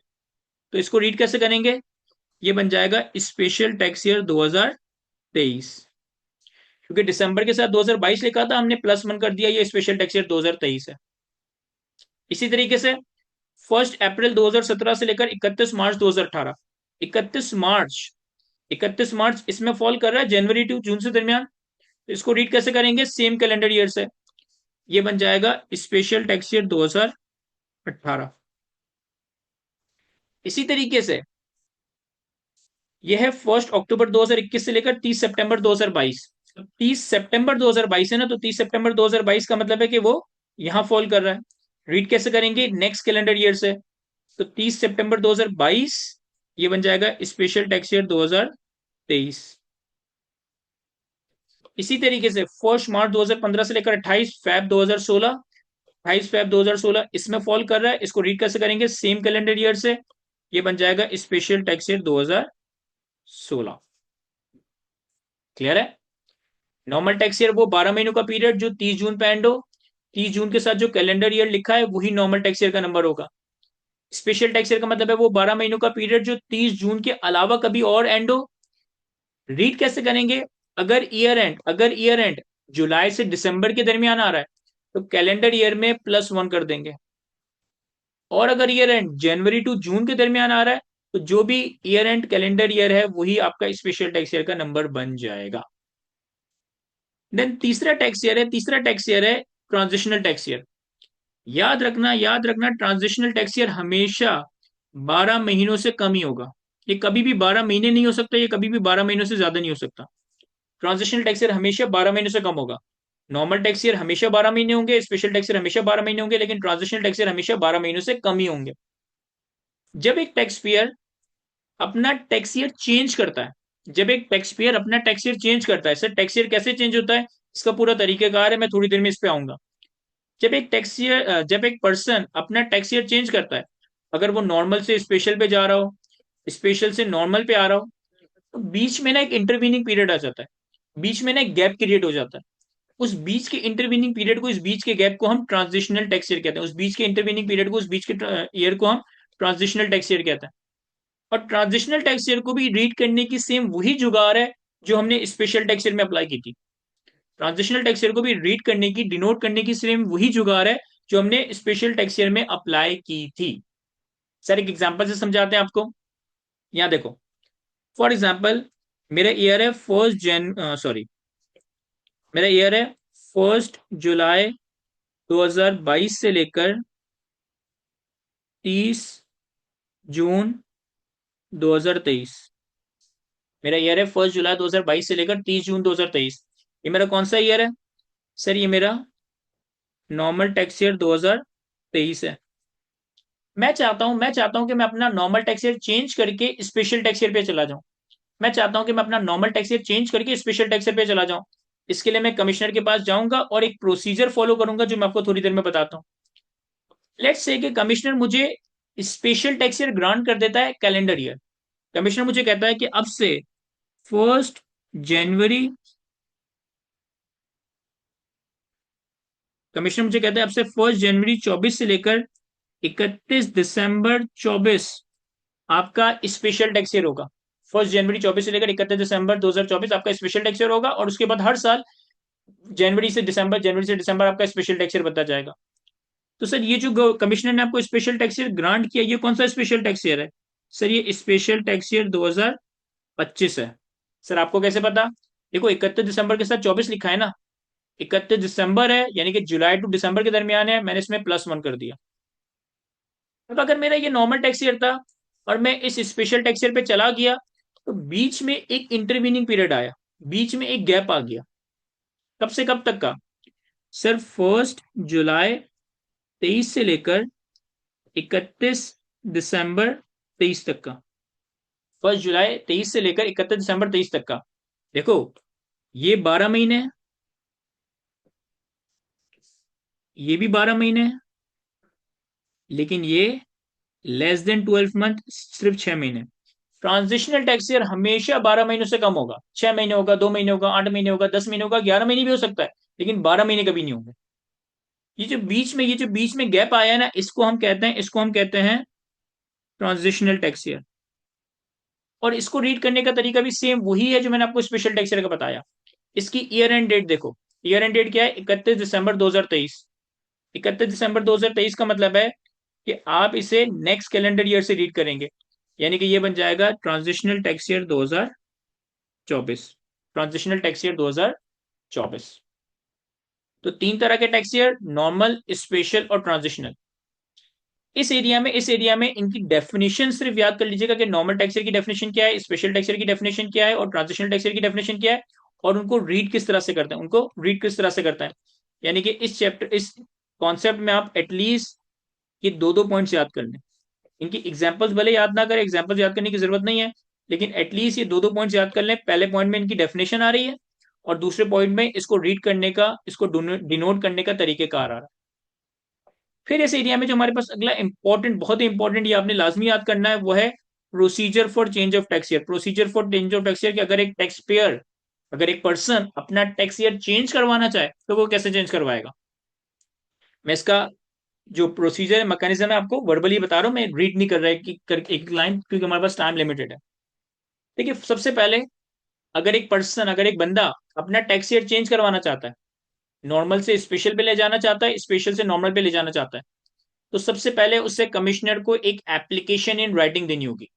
यानी वो एक एप्लीकेशन बनाएगा, कमिश्नर को एप्लीकेशन इन राइटिंग देगा और रिक्वेस्ट करेगा कि आप मेरा टैक्स ईयर नॉर्मल से स्पेशल कर दें, या आप मेरा टैक्स ईयर स्पेशल से नॉर्मल कर दें। जो भी ये कमिश्नर को रिक्वेस्ट की जाएगी, जो भी ये कमिश्नर को एप्लीकेशन दी जाएगी, उसके अंदर वैलिड रीजन होना चाहिए कि मैं ये टैक्स ईयर चेंज क्यों करना चाहता हूँ। उसके अंदर वैलिड रीजन, उसके अंदर कोई कंपेलिंग नीड होनी चाहिए कि मैं अपना ये टैक्स ईयर क्यों चेंज करना चाहता हूँ। कोई मैं कंपेलिंग नीड, कोई वजह बताऊंगा कि मैं इस वजह से अपना टैक्स ईयर चेंज करना चाहता हूँ। अगर कमिश्नर को मेरी बात समझ आएगी, कमिश्नर मेरा टैक्स ईयर चेंज कर देगा। अगर कमिश्नर को मेरा रीजन जेन्युइन लगेगा, वैलिड लगेगा, कमिश्नर मेरा टैक्स ईयर चेंज कर देगा। अगर कमिश्नर को मेरी बात समझ नहीं आएगी, कमिश्नर को मेरी वजह जरूरी नहीं लगेगी, कमिश्नर मेरी एप्लीकेशन को रिजेक्ट कर देगा। अगर कमिश्नर ने मेरी एप्लीकेशन को रिजेक्ट कर दिया, मैं फिर अपनी एप्लीकेशन एफबीआर के पास ले जा सकता हूँ। मैं अपनी एप्लीकेशन एफबीआर के पास ले जा सकता हूँ। मैं एफबीआर से रिक्वेस्ट कर सकता हूँ कि फला कमिश्नर ने मेरी एप्लीकेशन रिजेक्ट कर दी, आप इसको देख लें। अगर एफबीआर चाहे तो मेरी एप्लीकेशन को एक्सेप्ट कर दे, मेरी एप्लीकेशन को रिजेक्ट कर दे, लेकिन एफबीआर का जो भी डिसीजन होगा वो फुल एंड फाइनल डिसीजन होगा। मैं रिपीट करता हूं, अगर मुझे टैक्स ईयर चेंज करना है, मैं कमिश्नर के पास एप्लीकेशन लेकर जाऊंगा, उसको वजह बताऊंगा, उसको कंपेलिंग नीड बताऊंगा। कमिश्नर मेरी एप्लीकेशन एक्सेप्ट कर लेता है, बहुत अच्छी बात। कमिश्नर मेरी एप्लीकेशन एक्सेप्ट नहीं करता, रिजेक्ट करता है, मैं उस एप्लीकेशन को एफबीआर के पास लेकर जाऊंगा। एफबीआर उस एप्लीकेशन को एक्सेप्ट कर लेता है, बहुत अच्छी बात। एफबीआर अगर उस एप्लीकेशन को रिजेक्ट कर लेता है, अब मेरे सारे दरवाजे बंद हो गए, अब मैं कुछ और नहीं कर सकता। एक और चीज भी हो सकती है कि आप कमिश्नर के पास एप्लीकेशन लेकर गए, कमिश्नर ने वो एप्लीकेशन एक्सेप्ट कर ली, कमिश्नर ने वो एप्लीकेशन एक्सेप्ट कर ली। कुछ अरसे बाद, 6 महीने बाद, साल बाद, 2 साल बाद, 5 साल बाद, कमिश्नर ने वो जो एक्सेप्टेंस आपको दी थी उसे रिजेक्ट कर दे, उसको विड्रॉ कर ले। अगर कमिश्नर ने एक दफा आपको एक्सेप्टेंस दे दी और बाद में उस एक्सेप्टेंस को विड्रॉ कर लिया, अब दोबारा आप एफबीआर के पास जा सकते हो। एफबीआर चाहे तो आपकी बात मान ले, आपकी रिक्वेस्ट एक्सेप्ट कर ले, एफबीआर चाहे तो आपकी बात रिजेक्ट कर दे, एफबीआर की मर्जी है। और एफबीआर का जो भी डिसीजन है वो फुल एंड फाइनल डिसीजन होगा, वो फुल एंड फाइनल डिसीजन होगा। क्योंकि ये इंपॉर्टेंट है, मैं एक दफा क्विकली रीड भी कर लेता हूँ। यहाँ देखो, कहता है एक पर्सन जिसका नॉर्मल टैक्स ईयर है वो कमिश्नर को एप्लीकेशन इन राइटिंग देकर 12 महीने other than normal tax year special tax year की तरफ जा सकता है। अगर एक पर्सन जिसका स्पेशल टैक्स ईयर है वो कमिश्नर को एप्लीकेशन इन राइटिंग देकर नॉर्मल टैक्स ईयर की तरफ जा सकता है। यानी पॉइंट नंबर 1 में मैं नॉर्मल टैक्स ईयर से स्पेशल टैक्स ईयर जा सकता हूँ। पॉइंट नंबर 2 में कहता है मैं स्पेशल टैक्स ईयर से नॉर्मल टैक्स ईयर में जा सकता हूँ, लेकिन मुझे कमिश्नर को एप्लीकेशन इन राइटिंग देना होगी। ठीक है, कमिश्नर मेरी एप्लीकेशन को एक्सेप्ट कर लेगा अगर उस एप्लीकेशन में उसको कोई कंपेलिंग नीड, कोई वैलिड रीजन नजर आएगा कि मैं क्यों अपना टैक्स ईयर चेंज करना चाहता हूं। और कमिश्नर इस एक्सेप्टेंस के साथ चाहे तो कोई कंडीशन वगैरह भी लगा सकता है। कमिश्नर जो भी ऑर्डर पास करेगा उसके लिए मुझे अपॉर्चुनिटी ऑफ बीइंग हियर्ड देगा, यानी बुलाकर मेरी वजह सुनेगा। और अगर वो मेरी एप्लीकेशन रिजेक्ट करता है तो वो रिजेक्शन का रीजन, रिजेक्शन क्यों रिजेक्ट कर रहा है उसका रीजन भी अपने ऑर्डर के अंदर डाल देगा, अपनी जो भी उसकी डॉक्यूमेंट्स होंगे उसके अंदर लिख देगा। कमिश्नर जो भी आपका टैक्स ईयर चेंज करेगा उसकी कोई ना कोई इफेक्टिव डेट बताएगा कि किस दिन से आपका नया टैक्स ईयर स्टार्ट होगा। जैसे मैंने आपको बताया कि यहाँ पे जब हम कमिश्नर के पास गए तो कमिश्नर ने हमें नए टैक्स ईयर का कोई डेट बताया। देन कमिश्नर चाहे तो हमें एक्सेप्टेंस देने के बाद आगे जाकर हमारी एक्सेप्टेंस को विड्रॉ भी कर सकता है। अगर कमिश्नर ने हमारी एप्लीकेशन को ही रिजेक्ट कर दिया या जो हमें परमिशन दी थी उसको विड्रॉ कर लिया, अब मैं अपना मैटर एफबीआर के पास ले जा सकता हूं और एफबीआर का जो भी डिसीजन होगा वो फुल एंड फाइनल डिसीजन होगा। एफबीआर का जो भी डिसीजन होगा वो फुल एंड फाइनल डिसीजन होगा। एक दफा इसको रीड कर लो, जब तक मैं कुछ एक दो सवाल रीड कर लेता हूँ।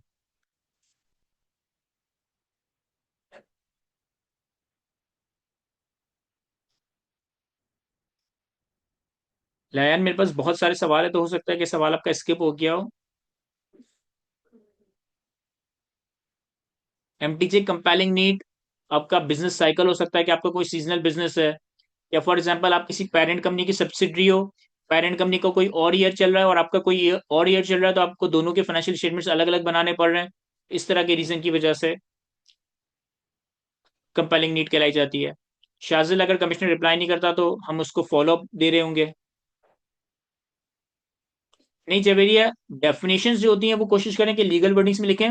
जो प्रोसीजर्स होते हैं अगर लीगल वर्डिंग्स में, लॉ की वर्डिंग्स में एज इट इज लिखते हैं तो अच्छी बात है, लेकिन अगर आप इसे अपनी अंग्रेजी में भी लिखते हैं तो भी कोई इतना बड़ा मसला नहीं है। हम मार्क्स कम आएंगे लेकिन बिल्कुल गलत नहीं होगा, एज लॉन्ग एज कि आपकी अंग्रेजी समझ आने लायक हो। जी हारी से कमिश्नर एफबीआर का ही है।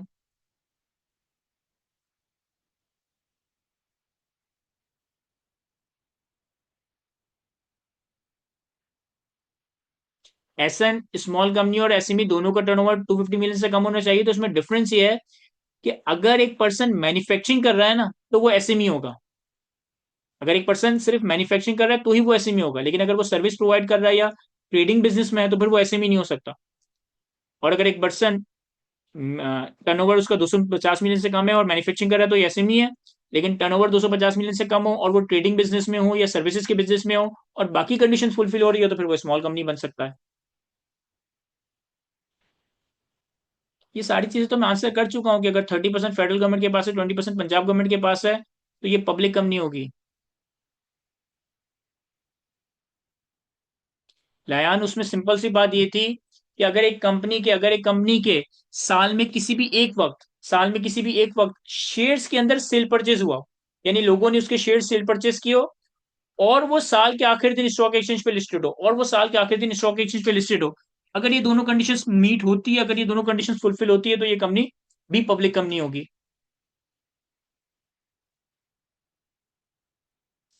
ओप्पो आप, आई डोंट नो कौन सी बुक देख रहे हैं, सही बुक देखें।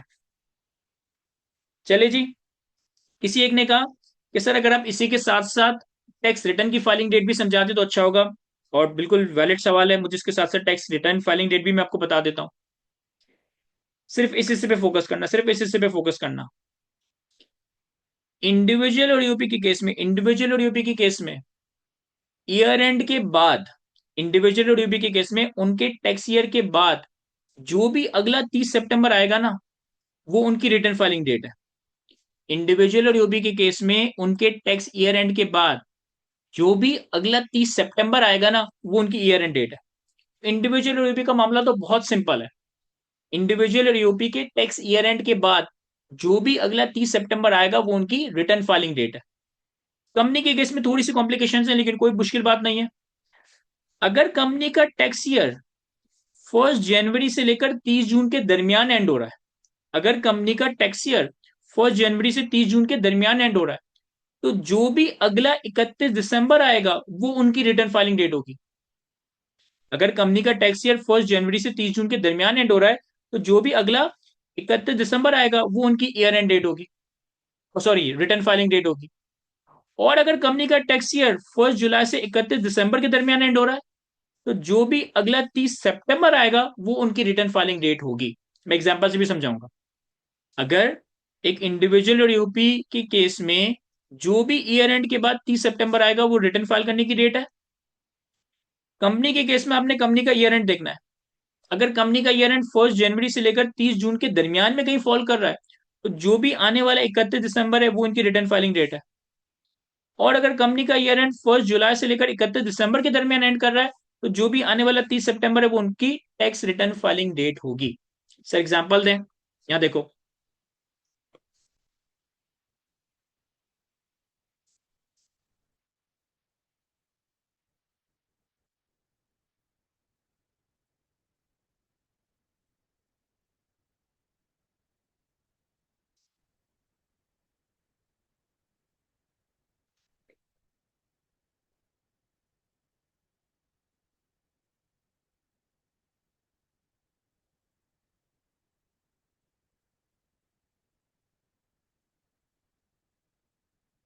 देखो फॉर एग्जाम्पल हमारे पास इंडिविजुअल या यूपी है। हम दो एग्जाम्पल्स लेते हैं। फॉर एग्जाम्पल इंडिविजुअल का ईयर है 1 जुलाई 2022 से लेकर 30 जून 2023, या 1 दिसंबर 2024 से लेकर 31 दिसंबर 2024। ठीक है। पहले तो ये है क्या? सर 1 जुलाई 2022 से लेकर 30 जून 2023 ये नॉर्मल टैक्स ईयर है, और ये नॉर्मल टैक्स ईयर 2023 है। दूसरे वाले केस में 1 जनवरी 2024 से लेकर 31 दिसंबर 2024, ये 31 दिसंबर 2024 है ना, तो ये स्पेशल टैक्स ईयर है, और ये स्पेशल टैक्स ईयर 2025 है। अब इंडिविजुअल ईपी के केस में बहुत आसान है। टैक्स ईयर के बाद जो भी अगला 30 सितंबर आ रहा है, टैक्स ईयर के बाद जो भी अगला 30 सितंबर आ रहा है, वो आपके रिटर्न फाइलिंग डेट है। तो यहाँ पे टैक्स ईयर क्या है? 30 जून 2023। तो इसके बाद अगला 30 सितंबर कब आएगा? 30 सितंबर 2023। यहाँ पे क्या है? 31 दिसंबर 2024। तो 31 दिसंबर 2024 के बाद अगला 30 सितंबर कब आएगा? सर अगला 30 सितंबर आएगा 30 सितंबर 2025। सिंपल है। इंडिविजुअल और यूपी के केस में टैक्स ईयर के बाद जो भी अगला 30 सितंबर आएगा, वो उनकी रिटर्न फाइल करने की डेट है। इसी तरीके से हम कंपनी की कुछ दो तीन एग्जांपल्स बनाते हैं। 1 जुलाई 2020 से लेकर 30 जून 2021, 1 दिसंबर 2017 से लेकर 31 दिसंबर 2017, 1 मार्च 2021 से लेकर 28 फ़रवरी 2022 और 1 अक्टूबर 2025 से लेकर 30 सितंबर 2026। सबसे पहले वन बाय वन देखते हैं। कंपनी के लिए रूल क्या था कि अगर ईयर एंड 1 जनवरी से 30 जून के दरमियान है, आने वाले 31 दिसंबर। अगर ईयर एंड 1 जुलाई से 31 दिसंबर है, आने वाले 30 सितंबर। देखो 1 जुलाई 20 से लेकर 30 जून 21, ये टैक्स ईयर क्या है सर? ये नॉर्मल टैक्स ईयर है और नॉर्मल टैक्स ईयर 2021 है। ईयर एंड कब हो रहा है? 30 जून। 30 जून के केस में हमने क्या देखा था? आने वाले 31 दिसंबर। तो आने वाले 31 दिसंबर क्या होगा सर? 31 दिसंबर 2021। 31 दिसंबर 2021। दूसरी एग्जांपल में 1 जनवरी 2017 से 31 दिसंबर 2017, ये स्पेशल टैक्स ईयर है। और चूंकि ये दिसंबर पे एंड हो रहा है तो ये स्पेशल टैक्स ईयर 2018 है। इस केस में टैक्स ईयर एंड कब हो रहा है सर? टैक्स ईयर एंड हो रहा है जुलाई से जून के दरमियान। तो आने वाला 30 सितंबर। आने वाला 30 सितंबर क्या होगा सर? आने वाला 30 सितंबर होगा 30 सितंबर 2018। यहां पर अगेन स्पेशल टैक्स ईयर है क्योंकि 28 फ़रवरी 2022 है, लेकिन चूंकि जैन से जून के दरमियान ऐड हो रहा है तो ये स्पेशल टैक्स ईयर 2022। और चूंकि जैन से जून के दरमियान ऐड हो रहा है तो आने वाला 31 दिसंबर, यानी कि 31 दिसंबर 2022। इसी तरीके से 1 अक्टूबर 2025 से 30 सितंबर 2026, ये होगा स्पेशल टैक्स ईयर 2027। और चूंकि टैक्स ईयर 30 सितंबर पे आ रहा है, यानी कि जुलाई टू दिसंबर पे आ रहा है, तो आने वाले 30 सितंबर का मतलब है 30 सितंबर 2027। 30 सितंबर 2027 इसकी रिटर्न ड्यू डेट होगी।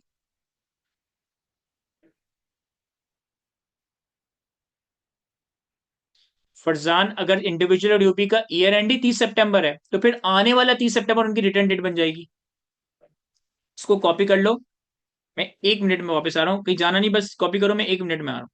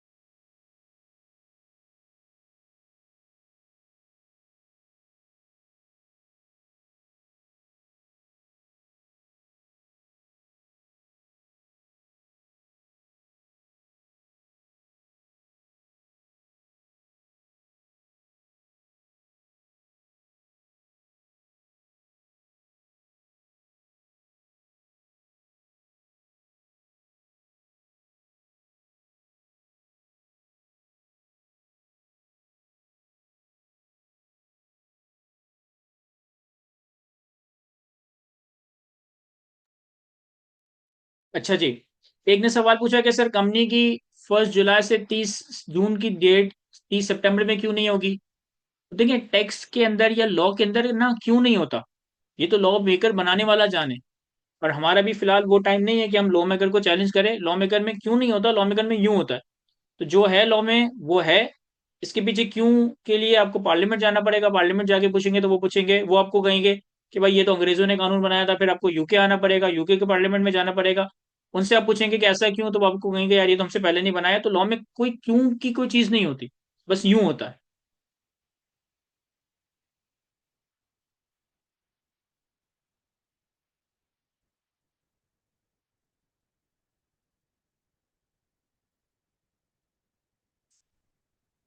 जी मैं यूके में ही हूँ। मतलब मैं यूके में हूँ, पार्लियामेंट में नहीं हूँ। एनीवे, तो टेक्सचर का कॉन्सेप्ट था। अच्छा, टेक्सचर से पर्टेनिंग भी हमारे पास एक अच्छा सवाल है पास पेपर का, वो हम देखते हैं। हम सोल्यूशन नहीं देखेंगे इसका। कहता है रियासत लिमिटेड, ये स्प्रिंग 22 के अटेम्प्ट का एक सवाल है। टेक्सचर के हवाले से 7-8 सवाल आपको पिछली 10 अटेम्प्ट में मिलेंगे, लेकिन वो स्ट्रेट थ्योरी के हैं, जिसमें normal texture, special texture, transitional texture की डेफिनेशन पूछी है, या फिर procedure for change of texture पूछा है। सिनेरियो पे सवाल सिर्फ एक दो ही जो पास पेपर में नजर आए, उसमें से एक मैंने आपके सामने रखा है। रियासत limited is a manufacturing company with effect from 1st July 2022, RL is considering to change its tax year from normal to special tax year ending on 31st December. एक कंपनी है रियासत लिमिटेड, जो कि एक मैन्युफैक्चरिंग कंपनी है। 1 जुलाई 22 से ये change करने का सोच रहा है अपना टैक्स ईयर, और नॉर्मल से स्पेशल पे जाना चाहता है। और नॉर्मल से स्पेशल भी कौन से, 31 दिसंबर वाले, यानी कि ये कैलेंडर ईयर फॉलो करना चाहता है। हमें कहता है identify the due date, last date of filing of RL return in respect of the following. Filing of tax return for the year ended 30 June 2022, filing of tax return for the transitional period, and filing of tax return for the special tax year. बड़ा ही अच्छा सवाल है। देखो, इसका 1 जुलाई 2022 से ही अपना tax year change करना चाहता है, और दिसंबर के ईयर एंड पे जाना चाहता है। ठीक है, नॉर्मल से स्पेशल टैक्स ईयर पे जाना चाहता है। पहला इसका रिटर्न एंड हो रहा है 30 जून 22 पे, यानी कि इसका एक ईयर है 1 जुलाई 21 से लेकर 30 जून 22। एक ईयर है इसका, नॉर्मल टैक्स ईयर है 1 जुलाई 21 से लेकर 30 जून 22, जो कि एंड हो चुका है। और जाना चाहता है ये 31 दिसंबर के ईयर पे। तो यानी कि इसका स्पेशल टैक्स ईयर होगा 1 जनवरी 23 से लेकर 31 दिसंबर 23। 1 जनवरी 23 से लेकर 31 दिसंबर 23, सॉरी। ये इसका नॉर्मल टैक्स ईयर है, और ये इस स्पेशल टैक्स ईयर पे जाना चाह रहा है। बीच में आ गया ट्रांजिशनल टैक्स ईयर। कब से कब तक, सिर्फ 1 जुलाई 22 से 31 दिसंबर 22 तक, ये ट्रांजिशनल टैक्स ईयर है। अब पहले तो रीड कैसे करेंगे, पूछा नहीं है, लेकिन चलो बता देते हैं रीड कैसे करेंगे। सर ये नॉर्मल टैक्स ईयर 2022 है। सर ये स्पेशल टैक्स ईयर 2024 है, क्योंकि ईयर एंड कब है, 31 दिसंबर पे। और ये ट्रांजिशनल टैक्स ईयर 2023 है, क्योंकि ईयर एंड कब है, 31 दिसंबर पे। अब रिटर्न फाइलिंग की डेट क्या होगी। सर पहले जो नॉर्मल ईयर इसका 30 जून 22 पे एंड हो रहा है। 30 जून 22 पे अगर एंड हो रहा है, यानी कि जनवरी टू जून के दरमियान ईयर एंड आ रहा है, तो रिटर्न फाइलिंग की डेट क्या होगी, आने वाला दिसंबर। तो आने वाले दिसंबर क्या है, सर आने वाला दिसंबर है 31 दिसंबर 2022। ट्रांजिशनल टैक्स ईयर कब एंड हो रहा है, 31 दिसंबर 22 पे। तो अगर ईयर एंड हो रहा हो 1 जुलाई से दिसंबर के दरमियान, तो नेक्स्ट सितंबर, आने वाला 30 सितंबर। तो यहाँ पे ईयर रिटर्न फाइलिंग डेट क्या होगी, 30 सितंबर 2023। देखो एंड कब हो रहा है, 31 दिसंबर 22 में ना, तो आने वाला 30 सितंबर क्या होगा, 30 सितंबर 2023। और फिर स्पेशल टैक्स ईयर कब एंड हो रहा है, सर स्पेशल टैक्स ईयर 31 दिसंबर 23 पे एंड हो रहा है। 31 दिसंबर 23 के बाद आने वाला 30 सितंबर क्या होगा, सर आने वाला 30 सितंबर होगा 30 सितंबर 2024। आईकेप क्या करता है, 31 दिसंबर 22, 30 सितंबर 23, 30 सितंबर 24। लेकिन ये उस वक्त आप ड्रॉ कर पाएंगे जब आप इस टाइमलाइन को समझ पाए कि यार एक इसका नॉर्मल टैक्स ईयर 30 जून 22 पे एंड हो गया, special tax year calendar year है तो वो अपकमिंग जनवरी से स्टार्ट होगा, जनवरी टू दिसंबर, और बीच का जो पीरियड है वो ट्रांजिशनल पीरियड है, इंटरवीनिंग पीरियड है। क्लियर है?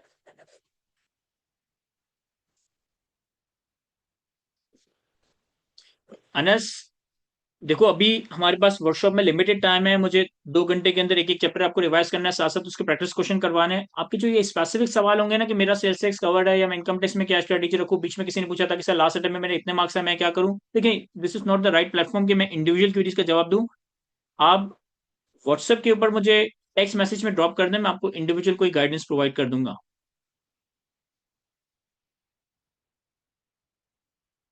नहीं प्रोफेसर, अगर 31 जुलाई है ना तो उसकी रिटर्न फाइलिंग डेट 30 सितंबर 2020 ही होगी। अगर 31 जुलाई 2020 का ईयर एंड है या इवन 31 अगस्त 2020 का ईयर एंड है तो उसकी रिटर्न फाइलिंग डेट 30 सितंबर 2020 होगी। चले जी, आगे बढ़ते हैं। इसके बाद अगला एरिया हमारे पास रेजिडेंशियल स्टेटस का है। और residential status of a person की केस में भी कॉन्सेप्ट तो आसान आसान सा है, क्विकली से कवर करेंगे और कुछ प्रैक्टिस क्वेश्चंस वगैरह देखेंगे। देखिए, हमने टैक्स लॉ के अंदर 7 तरह के पर्सन देखे: individual, EOP, company, federal government, foreign government, political sub division of foreign government और पब्लिक इंटरनेशनल ऑर्गेनाइजेशन। अब इन 7 तरह के पर्सन में से अगर मैं क्विकली तुम्हें समराइज करवाऊं तो इन 7 तरह के पर्सन में से हमेशा फेडरल गवर्नमेंट हमेशा रेजिडेंट पर्सन ही होगा। इन 7 पर्सन में से जो फेडरल गवर्नमेंट थी ना, फेडरल गवर्नमेंट हमेशा रेजिडेंट ही होगा। इन 7 में से 3 foreign government, political sub division of foreign government और पब्लिक इंटरनेशनल ऑर्गेनाइजेशन, ये 3 हमेशा नॉन रेजिडेंट ही होंगे। हमारे पास 7 पर्सन थे: individual, UP, company, federal government, foreign government, political sub division of foreign government और पब्लिक इंटरनेशनल ऑर्गेनाइजेशन। इन 7 पर्सन में से federal government हमेशा रेजिडेंट होगा। इन 7 पर्सन में से foreign government, political sub division of foreign government और पब्लिक इंटरनेशनल ऑर्गेनाइजेशन, ये हमेशा नॉन रेजिडेंट ही होगा। अब बाकी बचे 3: इंडिविजुअल, यूपी और कंपनी। इंडिविजुअल, यूपी और कंपनी रेजिडेंट भी हो सकते हैं, नॉन रेजिडेंट भी हो सकते हैं। इंडिविजुअल और एओपी और कंपनी रेजिडेंट भी हो सकता है, नॉन रेजिडेंट भी हो सकता है। इंडिविजुअल के केस में 3 क्राइटेरियाज हैं, जिसमें से कोई एक भी मीट हो जाए तो वो रेजिडेंट है। इंडिविजुअल के केस में 3 क्राइटेरियाज हैं, अगर इसमें से कोई एक भी मीट हो जाए तो वो रेजिडेंट है। पहला पहला क्राइटेरिया, अगर एक पर्सन, चाहे वो पाकिस्तानी हो चाहे वो यूके का रेजिडेंट हो, सॉरी यूके पासपोर्ट होल्डर हो, अगर एक बंदा जिसके पास पाकिस्तानी पासपोर्ट है, पाकिस्तानी बे फॉर्म है, पाकिस्तानी सीएनआईसी है, या फिर वो कोई अंग्रेज है, कोई गोरा है, कोई इंडियन है, कोई बांग्लादेशी है, अगर वो पाकिस्तान में 183 डेज या उससे ज्यादा मौजूद है किसी सिंगल टैक्स ईयर में, अगर कोई भी passport holder Pakistani, Bangladeshi, Indian, American, Russian Pakistan में फिजिकली 183 डेज या उससे ज्यादा मौजूद है तो वो रेजिडेंट कंसिडर किया जाएगा, तो वो रेजिडेंट कंसिडर किया जाएगा। जब आप 183 डेज देखोगे तो सामने वाले बंदे का बे फॉर्म सीएनआईसी पासपोर्ट नहीं देखोगे, कोई भी बंदा हो, पाकिस्तानी हो, रशियन हो, अमेरिकन हो, इंडियन हो, बांग्लादेशी हो, अगर पाकिस्तान में फिजिकली 183 डेज से उससे ज्यादा मौजूद है, ही इज अ रेजिडेंट। या फिर अगर कोई बंदा फेडरल या प्रोविंशियल गवर्नमेंट का इंप्लॉय है, फेडरल गवर्नमेंट प्रोविंशियल का इंप्लॉय है और गवर्नमेंट ने उसे पाकिस्तान से बाहर पोस्ट किया है, यानी गवर्नमेंट जो अपनी एम्बेसी के लोगों को पाकिस्तान से बाहर पोस्ट करती है, अगर एक बंदा हमारी फेडरल या प्रोविंशियल गवर्नमेंट का इंप्लॉय है जिसे पाकिस्तान से बाहर पोस्ट किया गया है, ये भी रेजिडेंट है। तीसरे क्राइटेरिया में सिर्फ पाकिस्तानी की बात हो रही है, तीसरे क्राइटेरिया में रशियन की, अमेरिकन की, इंडियन की, बांग्लादेश की बात नहीं हो रही, तीसरे क्राइटेरिया में सिर्फ पाकिस्तान की बात हो रही है, पाकिस्तानी की बात हो रही है। अगर एक पाकिस्तानी जिसके बे फॉर्म में जो कि पाकिस्तानी बे फॉर्म, पाकिस्तानी सीएनआईसी या पाकिस्तानी पासपोर्ट लेकर पैदा हुआ है, अगर वो पाकिस्तान के अलावा किसी और कंट्री में 182 डेज से ज्यादा मौजूद नहीं है, या वो किसी और कंट्री के टैक्स लॉ के हिसाब से रेजिडेंट नहीं है, अगर एक पाकिस्तानी पासपोर्ट होल्डर जो कि किसी और कंट्री में, किसी और सिंगल कंट्री में 182 से ज्यादा मौजूद ना हो, यानी कि 183 डेज से उससे ज्यादा मौजूद ना हो, या फिर किसी और कंट्री के टैक्स लॉ के हिसाब से रेजिडेंट ना हो, तो भी वो पाकिस्तान में रेजिडेंट बन जाएगा, तो भी वो पाकिस्तान में रेजिडेंट बन जाएगा। थोड़ा इसको आसान करने के लिए मैं एक डायग्राम की फॉर्म में आपको समझाता हूँ।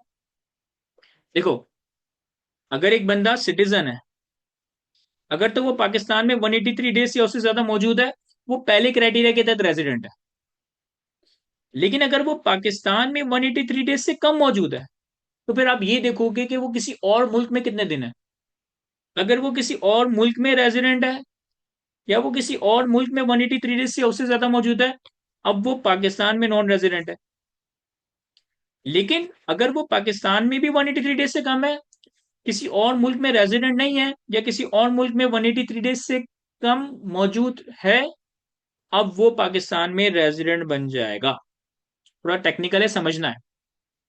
सीधा सीधा, अगर पाकिस्तान में 183 डेज हूं, तो फिर मैं सिटीजन हूं या नहीं हूं, इससे कोई फर्क नहीं पड़ता, मैं रेजिडेंट हूं। लेकिन अगर मैं पाकिस्तान का शहरी हूं और पाकिस्तान में 183 डेज नहीं हूं, पाकिस्तान में कम दिन मौजूद हूं, फिर ये देखना होगा, क्या मैं किसी और मुल्क में रेजिडेंट हूं? इफ यस, तो पाकिस्तान लॉ के हिसाब से मैं नॉन रेजिडेंट पाकिस्तान में। क्या मैं किसी और कंट्री में 183 डेज से उससे ज्यादा मौजूद हूँ? इफ यस, तो पाकिस्तान में मैं नॉन रेजिडेंट हूँ।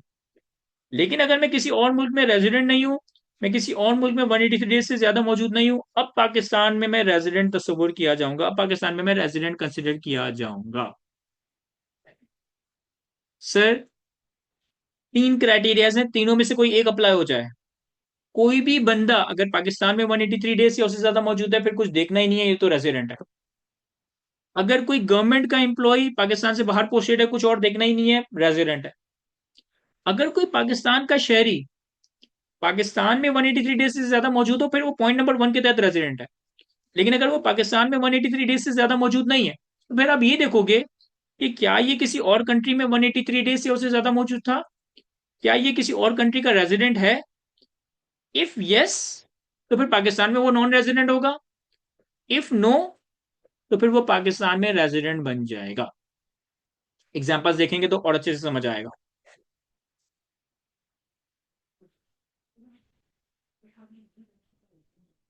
एक स्टूडेंट ने सवाल पूछा कि अगर किसी और गवर्नमेंट का, चाइना के गवर्नमेंट का, इंडिया की गवर्नमेंट का एम्प्लॉय है, तो फिर उसके नंबर ऑफ डेज देखेंगे? यस। अगर चाइना की गवर्नमेंट का एम्प्लॉय पाकिस्तान में है और वो 183 डेज से ज्यादा है, तो फिर वो हमारे हिसाब से रेजिडेंट है। इसके बाद एओपी। एओपी का बड़ा आसान से क्राइटेरिया है कि अगर एओपी की कंट्रोल एंड मैनेजमेंट, अगर एओपी की कंट्रोल एंड मैनेजमेंट किसी भी एक वक्त पाकिस्तान में है, होली या पार्टली, अगर एक एओपी की कंट्रोल एंड मैनेजमेंट यानी कि एओपी का बिजनेस, एओपी के पार्टनर्स किसी भी एक वक्त होली या पार्टली अगर पाकिस्तान में है, उस टैक्स ईयर के लिए वो एओपी रेजिडेंट बन जाएगी। अगर एक एओपी की कंट्रोल एंड मैनेजमेंट किसी भी एक वक्त होली या पार्टली पाकिस्तान में है, तो उस टैक्स ईयर के लिए वो एओपी रेजिडेंट बन जाएगी। कंपनी के लिए तीन क्राइटेरिया, अगेन कंपनी के लिए तीन क्राइटेरिया, तीनों में से कोई एक भी पूरा हो जाए, वो कंपनी रेजिडेंट है। या तो वो कंपनी पाकिस्तान के लोकल लॉज के तहत बनाई गई हो, या तो वो कंपनी पाकिस्तान की लोकल लॉज के तहत बनाई गई हो, या फिर उस कंपनी की कंट्रोल एंड मैनेजमेंट होली, यहां लफ्ज है होली का, यहां लफ्ज है होली और पार्टली का। अगर एक कंपनी की कंट्रोल एंड मैनेजमेंट यानी कि उसका बिजनेस, उसके बोर्ड ऑफ डायरेक्टर्स, उसके वर्किंग एम्प्लॉयज वगैरह, अगर control and management Holi Pakistan में है किसी भी एक वक्त, तो वो रेजिडेंट कंपनी है। या फिर जो पाकिस्तान की local provincial and local government है, ये भी रेजिडेंट कंपनी कंसिडर किए जाएंगे। लोकल गवर्नमेंट और प्रोविंशियल गवर्नमेंट भी पाकिस्तान की रेजिडेंट कंपनी कंसिडर किए जाएंगे। बड़ा ही इंपॉर्टेंट चैप्टर है, थ्योरी में भी पूछ लेता है, केस स्टडी भी पूछ लेता है, तो इस चैप्टर पे तो आपकी बड़ी अच्छी कॉन्सेप्चुअल ग्रिप होनी चाहिए। कुछ सवाल देखते हैं। यहाँ देखो, स्प्रिंग 2018 की अटेम्प्ट का सवाल है, 3 मार्क की वेटेज है, लेकिन अच्छा सवाल है। On 1 December 2016, रूसली was appointed by a Chinese company as technical director for Pakistan.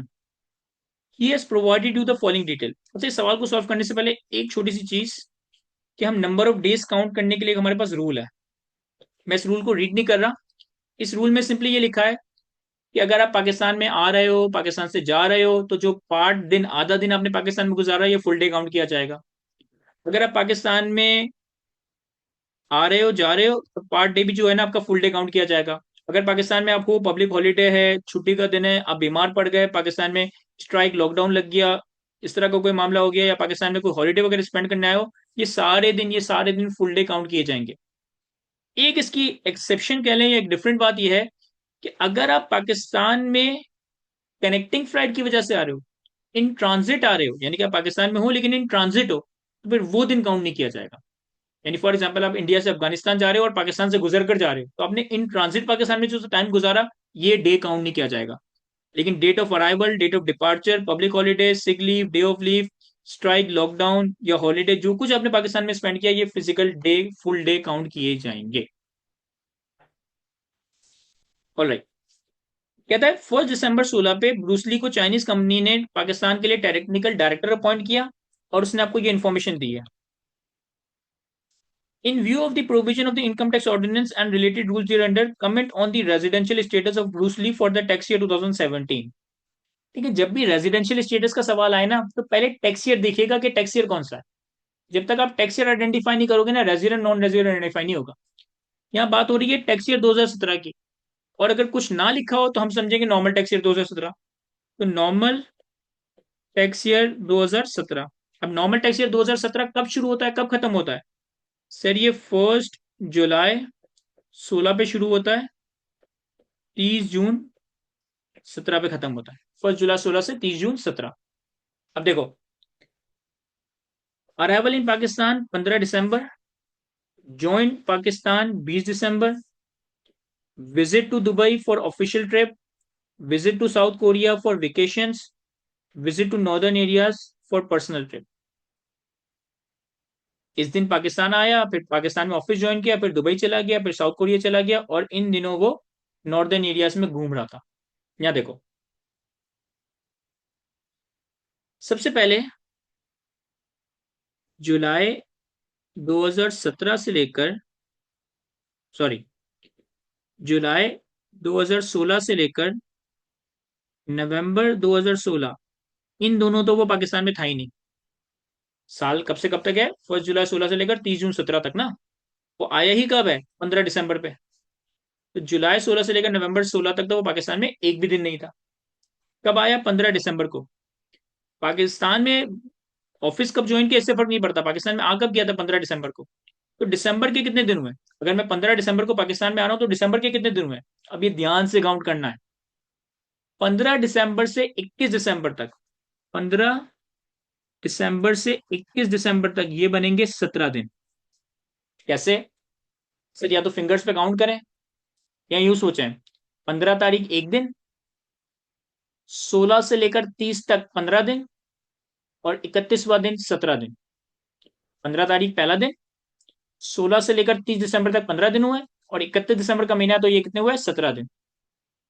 फिर चाइना गया था वो, सॉरी दुबई गया था वो मार्च में, यानी कि जनवरी 17 के पूरे 31 दिन, फरवरी 17 के पूरे 28 दिन, मार्च, मार्च में टोटल कितने दिन है? 31 का महीना नहीं, जनवरी मार्च 31 का महीना होता है, जिसमें से ये 31 से लेकर 30 मार्च, 31 से 30 मार्च तक दुबई में था, यानी कि आखिरी 10 दिन दुबई में था। पाकिस्तान में कितने दिन था? 21 दिन। पाकिस्तान में कितने दिन था? 21 दिन। 1 मार्च से लेकर 20 मार्च तक, और 31 मार्च, 1 मार्च से लेकर 20 मार्च तक, और 31 मार्च। फिर अप्रैल 17, अप्रैल में कितने दिन होते हैं? 30 दिन। अप्रैल में कितने दिन होते हैं? 30 दिन। ये 12 से 21 अप्रैल, ये 12 से 21 अप्रैल साउथ कोरिया गया था। तो 12 से 21 अप्रैल का मतलब हुआ 1 से 11 तक 11 दिन, 1 से लेकर 11 तक 11 दिन, और 22 अप्रैल से लेकर 30 अप्रैल तक, 22 अप्रैल से लेकर 30 अप्रैल तक ये कितने दिन बनेंगे? सर ये बनेंगे 9 दिन। मैं काउंट कर लेता हूं, 22, 23, 24, 25, 26, 27, 28, 29, 30, ये 9 दिन बनेंगे। 1 अप्रैल से लेकर 11 अप्रैल तक 11 दिन, 22 अप्रैल से लेकर 30 अप्रैल तक 9 दिन, तो ये हो जाएगा 20 दिन। अब पाकिस्तान में घूमने के ऐसे को फर्क नहीं पड़ता, और मई के महीने का कुछ नहीं बताया, तो इसका मतलब है कि मई के महीने के 31 दिन हो गए, और जून के महीने के 30 दिन हो गए। इन सबको हम एडअप कर लेंगे। 17 plus 31 plus 28 plus 28 plus 11 plus 20 plus 31 plus 30, ये बन रहा है 178। सर ये चाइनीज है ना, ब्रूसली है, सिटीजन ऑफ पाकिस्तान तो नहीं है। क्यों ये पाकिस्तान में 183 डेज या उससे कम मौजूद था? इसका मतलब है ये नॉन रेजिडेंट होगा। ये ब्रूसली, हमें सिटीजन ऑफ पाकिस्तान वाला क्राइटेरिया नहीं देखना, सिर्फ हम इसका 183 डेज वाला क्राइटेरिया देखेंगे। ये 178 डेज बन रहा है जो कि 183 डेज से कम है, यानी कि ये नॉन रेजिडेंट। आईकेप ने कितने काउंट किए हैं? सर आईकेप ने भी 178 ही काउंट किए, और आईकेप ने इसे नॉन रेजिडेंट डेजिग्नेट कर दिया। इसके सोल्यूशन को देखें, मैं एक दो सवाल है उसको रीड कर लेता हूं। जीएसएन लीप ईयर में 29 डेज फरवरी में कंसिडर करेंगे, और लीप ईयर वो आपको बता देगा।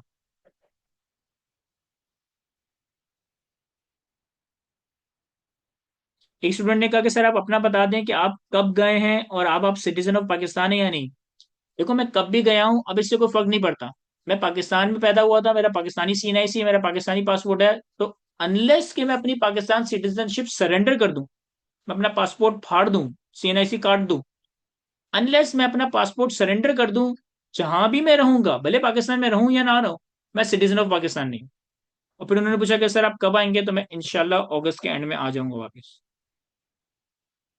शाजिल, होली का मतलब होता है मोर देन 50%। जी फरजान, सोल्यूशन के अंदर डेज की कैलकुलेशन दिखानी है। अगले सवाल पे आते हैं। कहता है, under the provision of income tax ordinance determine the residential status for the tax year 2024 in each of the following cases. Again पहले टैक्स ईयर डिफाइन कर लो। टैक्स ईयर 24 की बात हो रही है ना, यानी कि नॉर्मल टैक्स ईयर 2024 क्या होता है? नॉर्मल टैक्स ईयर 2024 होता है 1 जुलाई 23 से 30 जून 24। पहले टैक्स ईयर डिफाइन करो। फिर कहता है, अरशद एंड इमारती गोल्ड मर्चेंट, ये इमारती है, पाकिस्तानी नहीं है, arrived in Pakistan for the first time on 15 March 2023 and departed the country on 30 सितंबर 2023। 15 मार्च 2023 पे आया, 30 सितंबर 2023 पे चला गया। हमारा नॉर्मल टैक्स ईयर 2024 है 1 जुलाई 23 से लेकर 30 जून 24। देखो, 15 मार्च, अप्रैल, मई और जून। मार्च 2023, अप्रैल 2023, मई 2023 और जून 2023, ये तो पिछले साल टैक्स ईयर 2023 थे। हमें टैक्स ईयर 2023 नहीं, हमें टैक्स ईयर 2024 के बारे में बताना है। इस अरसे में टैक्स ईयर 2024 में क्या क्या आएगा? सर जुलाई 23 के 31 दिन, अगस्त 23 के 31 दिन, और सितंबर के 30 दिन। 15 मार्च 2023 से लेकर 30 जून 2023 तक ये टैक्स ईयर 2024 नहीं है, ये टैक्स ईयर 2023 है, उसको देखने की जरूरत ही नहीं है। टैक्स ईयर 2024 स्टार्ट हो रहा है 1 जुलाई से, और 1 जुलाई से 30 सितंबर तक, तो जुलाई के 31 दिन, अगस्त के 31 दिन, सितंबर के 30 दिन, ये बने 92 दिन। ये हो जाएगा नॉन रेजिडेंट, ये हो जाएगा नॉन रेजिडेंट।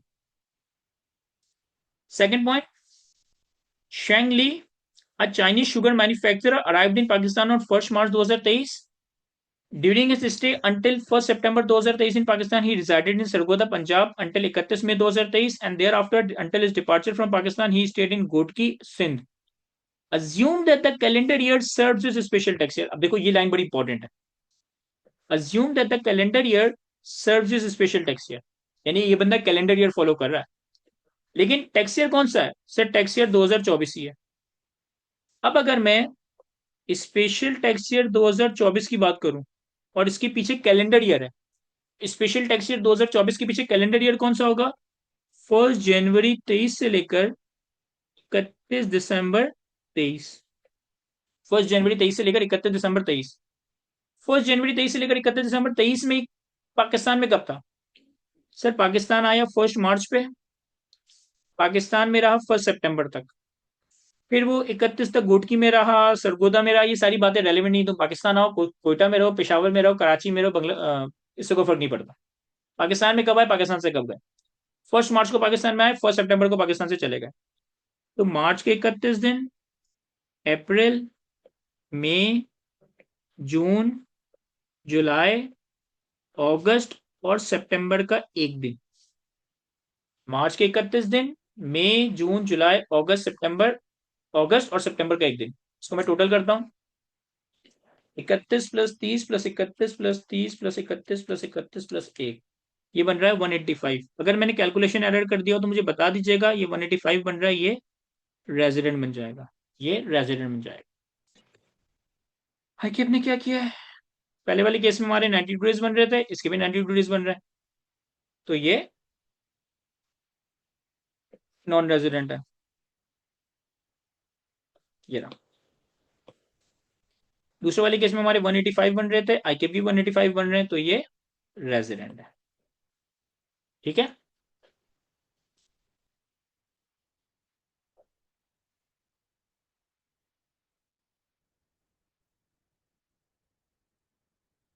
नहीं, अजान अगर कोई एजे के और गिलगित बल्तिस्तान में है तो वो काउंट नहीं होगा, क्योंकि लीगली स्पीकिंग एजे, ये बड़ा सवाल वैलिड पूछा है किसी ने, सब ध्यान दे इस पे। आईकेएफ के एग्जामिनर ने कभी पूछा नहीं है, लेकिन अगर इनकेस पूछ ले, अगर एक बंदा एजे के या गिलगित बल्तिस्तान में है तो वो पाकिस्तान के डेज काउंट नहीं होंगे, क्योंकि legally as per the constitutional definition of the Pakistan, A J K and Gilgit Baltistan are not the part of the Pakistan. Javeria उसने बताया है, उसने लिखा है कि वो कैलेंडर ईयर फॉलो करना चाह रहा है, कैलेंडर ईयर जनवरी टू दिसंबर ही होता है। अगले सवाल पे आते हैं।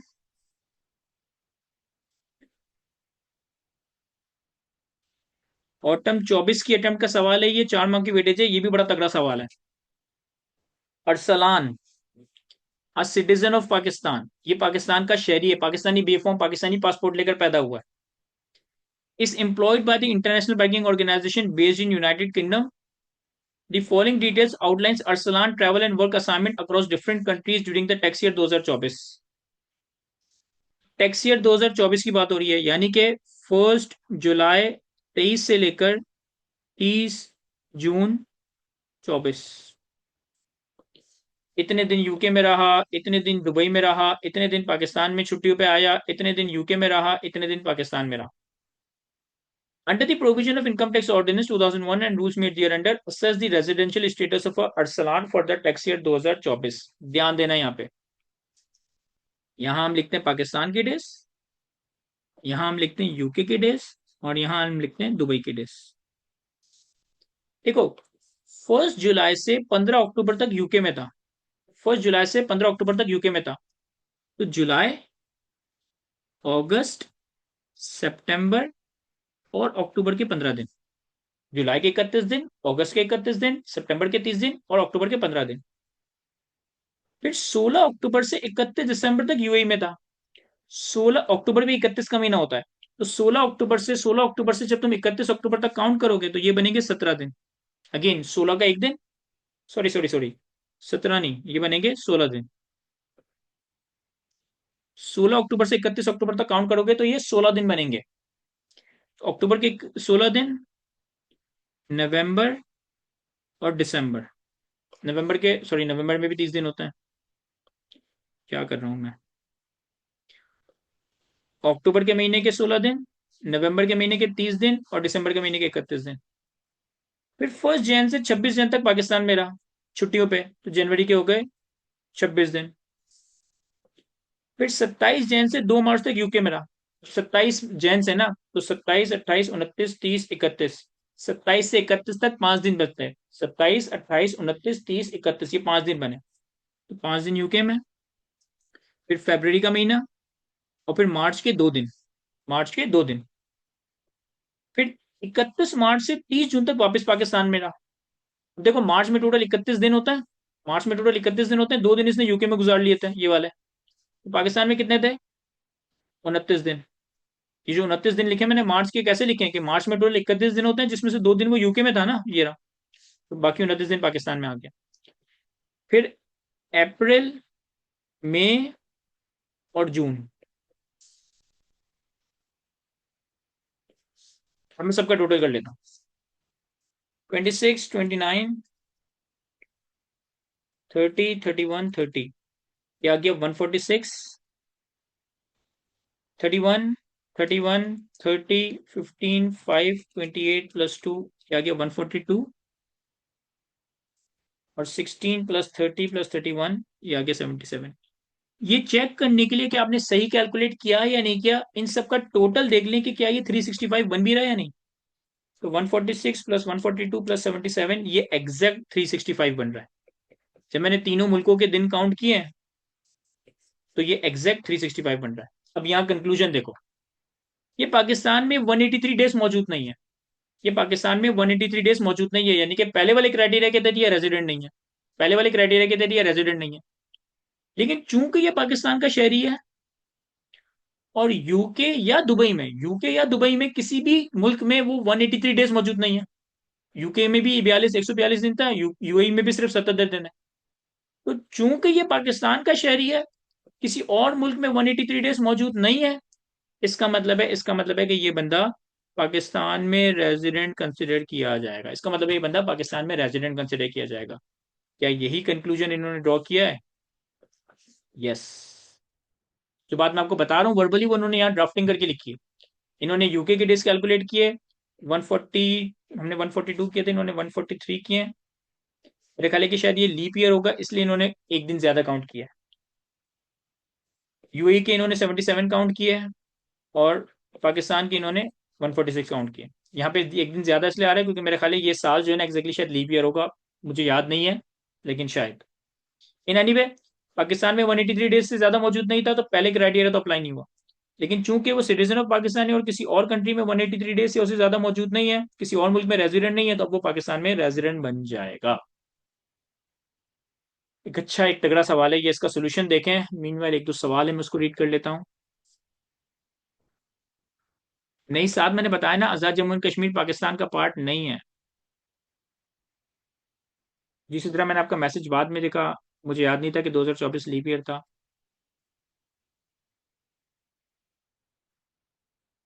जी जवेरी, आपके सवाल का जवाब यस है।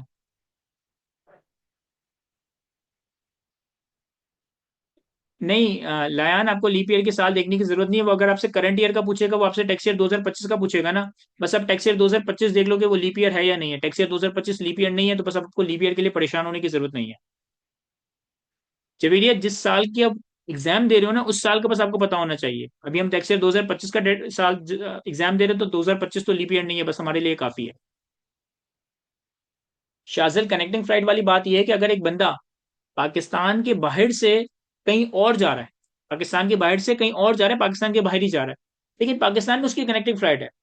फॉर एग्जाम्पल, तुम इंडिया से अफगानिस्तान जा रहे हो, फॉर एग्जाम्पल तुम बांग्लादेश से सऊदीया जा रहे हो और तुम्हारी फ्लाइट कराची में लैंड कर जाती है, तो इसको हम कहते हैं कनेक्टिंग फ्लाइट या इन ट्रांजिट। अगर तुम इन ट्रांजिट की वजह से पाकिस्तान में आए हो, तो ये डे काउंट नहीं किया जाएगा।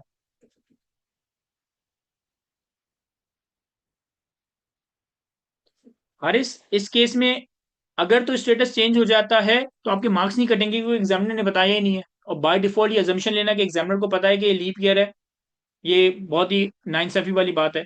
यहाँ पे अगर मैं इसको 140 को 143 भी कर देते ना, तो मेरे आंसर पे कोई चेंज नहीं आता। जी साहब, बिल्कुल सेल्स टैक्स भी रिवाइज करवाएंगे। सेल्स टैक्स हमारे इनकम टैक्स के एरिया के बाद सेल्स टैक्स स्टार्ट होगा। अच्छा, सेल्स टैक्स वाला जो एरिया है ना, मैं वो आईक्यू स्कूल ऑफ प्लेटफॉर्म के प्लेटफॉर्म से आपको रिवाइज और प्रैक्टिस भी करवाऊंगा। और कासा के प्लेटफॉर्म से सर अब्दुल्ला कवर करवाएंगे, तो फिर वो आपकी मर्जी है कि आप सर अब्दुल्ला वाला सेल्स टैक्स का पोर्शन अटेंड करें, मेरा वाला पोर्शन अटेंड करें। It's totally up your will.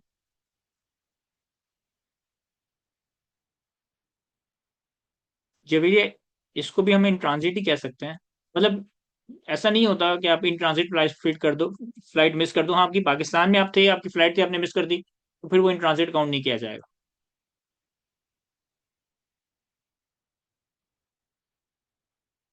इसी तरह वो एडवांस बात है, वो कैफ लेवल पे नहीं टेस्ट करेगा। बेस चेंज वाली बात वो कैफ लेवल के लिए इतनी रेलिवेंट नहीं है।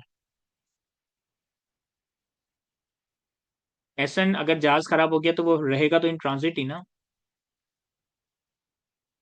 Farzan, same answer.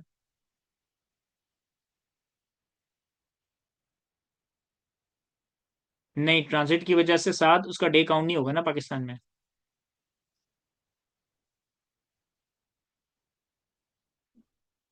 हारिस, वो पाकिस्तान में डे काउंट नहीं होगा। अब वो दूसरे मुल्कों के लॉ के तहत कहीं और काउंट हो, तो वो हमें नहीं देखने की जरूरत कि यूके का कानून क्या कहता है, इंडिया का कानून क्या कहता है। हम सिर्फ पाकिस्तान के कानून की बात करें, पाकिस्तान के हिसाब से इन ट्रांजिट डे काउंट नहीं होगा। जी जवेरिया।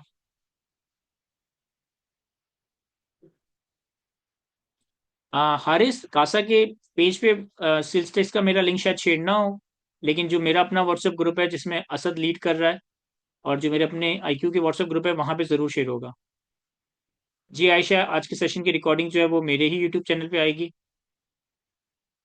ठीक है जवेरिया, ये भी आपको बता देंगे। चलिए जी, आज का टाइम हमारा कंप्लीट हो गया आई गेस। 10 मिनट रहते हैं तो एक दो चीजें हैं जो हम रिवाइज कर लेते हैं। 10 मिनट रहते हैं हमारे पास, एक दो चीजें जो हम रिवाइज कर लेते हैं। टैक्सियर के कॉन्सेप्ट में मैंने आपको बताया कि टैक्सियर तीन तरह के होते हैं, नॉर्मल टैक्सियर, स्पेशल टैक्सियर और ट्रांजिशनल टैक्सियर। इसके अलावा दो टैक्सियर्स ऐसे हैं जो कि रिटन असेसमेंट अपील के चैप्टर में वैसे तो कवर होते हैं, लेकिन जो है हम टैक्सियर के साथ ही इसको कवर कर लेते हैं। किसी ने पूछा कि सर आपके यूट्यूब का नाम क्या है, तो जो मेरा नाम है मुर्तजा काइद, वही मेरे यूट्यूब का नाम है। जी प्रोफेसर, इंशाल्लाह रोज होगी। कल की वर्कशॉप की टाइमिंग आपको ग्रुप्स वगैरह पे सोशल मीडिया पे कम्युनिकेट हो जाएगी। S N F T R M T R वाले एरिया में इंशाल्लाह आपको इनकम फ्रॉम अदर सोर्सेज के साथ कवर करवाऊंगा। अच्छा जी, हम टैक्सियर की जब बात कर रहे थे तो हमने तीन तरह के टैक्सियर का कॉन्सेप्ट तो समझा, नॉर्मल टैक्सियर, स्पेशल टैक्सियर और ट्रांजिशनल टैक्सियर। दो एडिशनल सेक्शंस हैं जो कि यहाँ पे मैं कनेक्ट करता हूँ, यहाँ यहाँ पे मैं टैक्सियर के साथ बच्चों को कवर करवाता हूँ। एक है taxpayer of a person about to leave Pakistan permanently, taxpayer of a person about to leave Pakistan permanently, और एक है डिसकंटिन्यूड बिजनेस, एक है डिसकंटिन्यूड बिजनेस। तो थियोरिटिकली सुन ले मैं क्या कहना चाह रहा हूँ।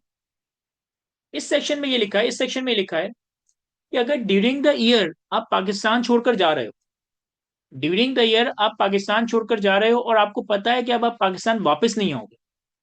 अगर आप ड्यूरिंग द ईयर पाकिस्तान छोड़कर जा रहे हो परमानेंटली, यानी कि पाकिस्तान आप फाइनली छोड़ के जा रहे हो, पाकिस्तान वापस आने का आपका इरादा नहीं है, तो जिस साल आप पाकिस्तान परमानेंटली छोड़कर जा रहे हो, जो भी आपने लास्ट रिटर्न फाइल की थी, उसके अगले दिन से लेकर जिस दिन आप पाकिस्तान छोड़कर जाओगे, उस अरसे का पीरियड आपका एक यूनिक टैक्स ईयर बन जाएगा। अगर मैं पाकिस्तान छोड़कर जा रहा हूं परमानेंटली, तो जो भी मैंने आखिरी रिटर्न फाइल की थी उसके आखिरी दिन से लेकर जिस दिन मैं पाकिस्तान छोड़कर जाऊंगा, उस दिन तक का जो अरसा है मेरे लिए नया टैक्स ईयर कंसिडर किया जाएगा सेक्शन 145 के तहत। अब इस सेक्शन के अंदर मोडालिटीज ये है कि अगर मैं पाकिस्तान से परमानेंटली छोड़कर जा रहा हूं, मुझे जाने से कम 15 दिन पहले कमिश्नर को इन्फॉर्म करना होगा कि भाई मैं पाकिस्तान परमानेंटली छोड़ के जा रहा हूं। अगर मैं पाकिस्तान परमानेंटली छोड़कर जा रहा हूं, मुझे जाने से कम 15 दिन पहले कमिश्नर को बताना पड़ेगा कि मैं पाकिस्तान परमानेंटली छोड़कर जा रहा हूं। और जो मैं ये कमिश्नर को बताऊंगा जाने से कम 15 दिन पहले कि मैं पाकिस्तान छोड़कर जा रहा हूं, मैं उसके साथ अपनी फाइनल रिटर्न ऑफ इनकम भी सबमिट करूंगा, मैं उसके साथ अपना फाइनल रिटर्न भी सबमिट करूंगा। मैंने जो भी लास्ट रिटर्न फाइल की थी उसके अगले दिन से लेकर इस दिन तक मैं पाकिस्तान छोड़ के जाऊंगा, इस अरसे का मैं एक अलग रिटर्न सबमिट करके जा रहा हूँ। यही बातें यहां पर लिखी है कि अगर एक बंदा पाकिस्तान छोड़कर जा रहा है और वापस आने का कोई इरादा नहीं है, वो जाने से कम 15 दिन पहले कमिश्नर को बताकर जाएगा।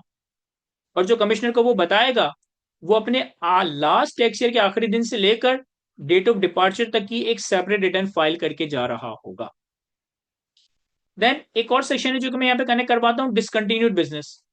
इस सेक्शन में यह है कि अगर आपने एक टैक्स ईयर में बिजनेस बंद कर दिया, अगर आपने एक टैक्स ईयर में अपना बिजनेस डिसकंटिन्यू कर दिया, तो बिजनेस डिसकंटिन्यू होने के अगले 15 दिन के अंदर अंदर, ध्यान देना, यहां जाने से पहले 15 दिन पहले बताना है, यहां जाने से पहले कम से कम 15 दिन पहले बताना है, यहां बिजनेस बंद करने के अगले 15 दिन के अंदर अंदर कमिश्नर को बताना है कि हमने बिजनेस बंद कर दिया। और जिस साल में आपने अपना बिजनेस बंद किया, उस साल के पहले दिन से लेकर जो आपका बिजनेस बंद करने वाला दिन था, उस अरसे का एक सेपरेट रिटर्न फाइल होगा। अगर आप किसी साल में अपना बिजनेस डिसकंटिन्यू करते हो, बंद करते हो, तो बिजनेस खत्म होने के अगले 15 दिन के अंदर अंदर आप कमिश्नर को बताओगे कि आपने बिजनेस डिसकंटिन्यू कर दिया। जिस साल में आपने बिजनेस डिसकंटिन्यू किया, उसके पहले दिन से लेकर जिस दिन तक आपने बिजनेस बंद किया, उस अरसे का आप एक सेपरेट रिटर्न फाइल कर रहे होंगे। पॉइंट नंबर 1 में कहता है कि आपने बिजनेस बंद करने के अगले 15 दिन के अंदर अंदर कमिश्नर को इन्फॉर्म करना है कि बिजनेस बंद हो गया। और पॉइंट नंबर 2 में कहता है कि जिस साल में बिजनेस बंद किया, उसके पहले दिन से लेकर डेट ऑफ डिसकंटिन्यूस तक आपका एक सेपरेट टैक्स ईयर कंसिडर किया जाएगा। तो ये दो एडिशनल चीजें थी। वैसे तो ये स्टडी टैक्स में रिटर्न ऑफ इनकम के चैप्टर में लिखी है, लेकिन मैं इस एरिया को टैक्स ईयर के साथ ही कवर करवा देता हूं।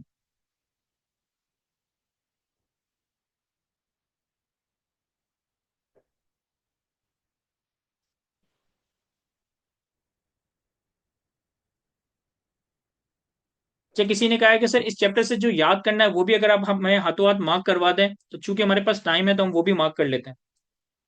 ठीक है, ये जो मेरा मेरा पढ़ाने का तरीकेकार है, मैं इस चैप्टर से अपना कोर्स स्टार्ट करता हूँ, लेकिन ये आईकेप के स्टडी टेक्स्ट का चैप्टर 3 है। अगर कोई ऐसा स्टूडेंट यहाँ पे है जिसने मुझसे नहीं पढ़ा, तो और वो आईकेप के स्टडी टेक्स्ट को फॉलो कर रहा है, तो आईकेप का ये स्टडी टेक्स्ट का चैप्टर 3 या 4 है। मेरी बुक का ये चैप्टर 1 है, मैं थोड़ी एक अलग सीक्वेंस में पढ़ा रहा होता हूँ। इस चैप्टर में आपको,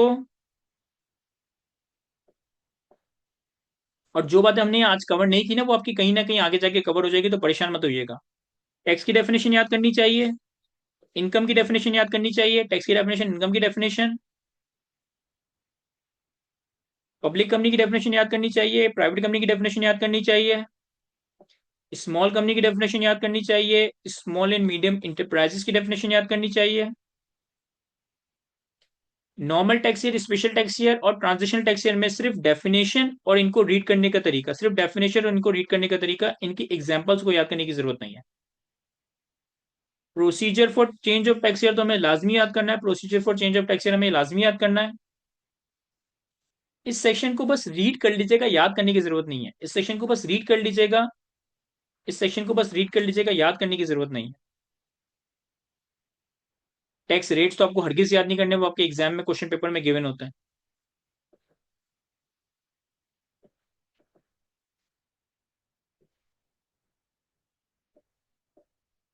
बस जो मैंने अभी ब्लू से हाईलाइट किया वो आपने रट्टा लगाना है, बाकी चीजें आपको बस कॉन्सेप्चुअली पता हो, वर्ड टू वर्ड रट्टा नहीं भी लगाया कोई मसला नहीं है, मैनेज हो जाएगा।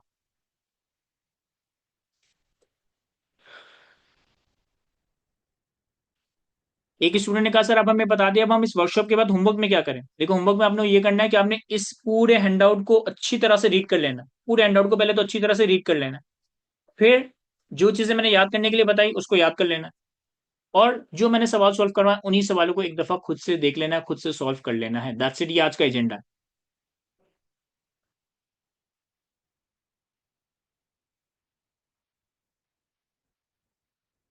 और ऊपर देखिए, याद करने की लोगों की डिफरेंट आदत होती है, डिफरेंट लोगों की मेमोरी होती है, कुछ लोगों को 2-3 दफा पढ़ के याद हो जाता है, कुछ लोगों को 10 दफा पढ़ना पड़ता है। अब ये आपके ऊपर है, आप या तो रीड करके याद कर रहे होंगे या लिख लिख कर याद कर रहे होंगे। इन एनी केस याद करने के साथ साथ जो आपने याद किया है ना उसको रेगुलरली रिवाइज करें। अगर आप आज आज आपने एक चीज याद की है, 3 दिन बाद उसको रिवाइज करें, फिर 3 दिन बाद उसको रिवाइज करें, फिर 3 दिन बाद उसको रिवाइज करें। जब आप उस चीज को 2-3 बार रिवाइज कर लेंगे ना आपको वो बहुत पक्का याद हो जाएगा। अगर आपने आज याद किया और उसको रिवाइज नहीं किया ना, आप उसको ऐसा भूलेंगे एज इफ कि आपने कभी याद ही नहीं किया। तो जब तुम कोई चीज याद करो उसको 2-3 दिन के गैप से बार बार रिवाइज कर लिया करो। और रिवाइज करने में क्या होगा, आपको 2-2 घंटे लगाने की जरूरत नहीं है। अगर लेट से मैं आज इसको याद करने में आधा घंटा लगाता हूँ, 3 दिन बाद बस मैं 10 मिनट में इसको रिवाइज करूंगा, 3 दिन बाद मैं इसको 10 मिनट में रिवाइज करूंगा, 3 दिन बाद इसको 10 मिनट में रिवाइज करूंगा। तुम 3 दफा इसको 10-10 मिनट रिवाइज कर लोगे ना, ये बहुत ज्यादा पक्का याद हो जाएगा।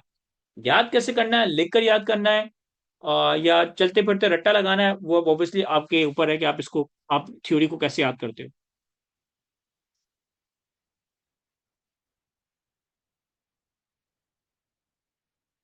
जी जी, आज वाले पीडीएफ बस ये सेशन एंड होते ही मैं ड्राइव पे भी अपलोड कर दूंगा और शेयर कर दूंगा आपसे।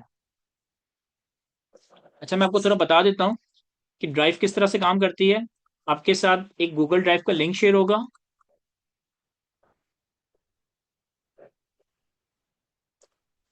उस गूगल ड्राइव के लिंक को ओपन करोगे तो आपके पास इस तरह की एक विंडो ओपन होगी, मतलब फोल्डर फॉर्म भी नहीं होगी, गूगल क्रोम पे फॉर्म ओपन होगी। वो गूगल क्रोम में ये सारे फोल्डर आ रहे होंगे, उसमें आप कैफ टू के फोल्डर में जाओगे तो यहाँ पे मेरे पास चैप्टर वाइज सारे नोट्स आ रहे हैं।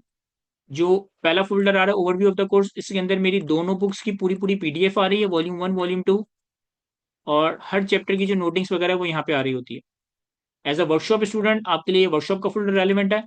इस वर्कशॉप के फोल्डर में एग्जाम फोकस्ड वर्कशॉप ऑटो 25 के नाम से जो फाइल आ रही है, जो मैंने आपको सवाल वगैरह सॉल्व करवाए है वो इसी फाइल के अंदर है। और नोटिंग्स वगैरह आपकी आपकी यहीं पे अपलोड हो जाएगी, नोटिंग्स वगैरह भी आपकी यहीं पे अपलोड हो जाएगी।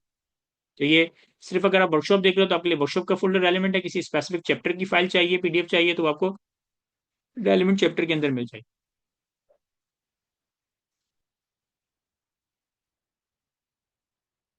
चलिए जी, आई होप कि आपके लिए सेशन फ्रूटफुल रहा होगा। इंशाल्लाह आप लोगों से कल मुलाकात होगी, कल की टाइमिंग्स में आपको ऑफिशियली ग्रुप वगैरह पे कम्युनिकेट कर दूंगा। आज की हम अपनी गुफ्तगू को यहीं तक रखते हैं। Thank you, Allah Hafiz.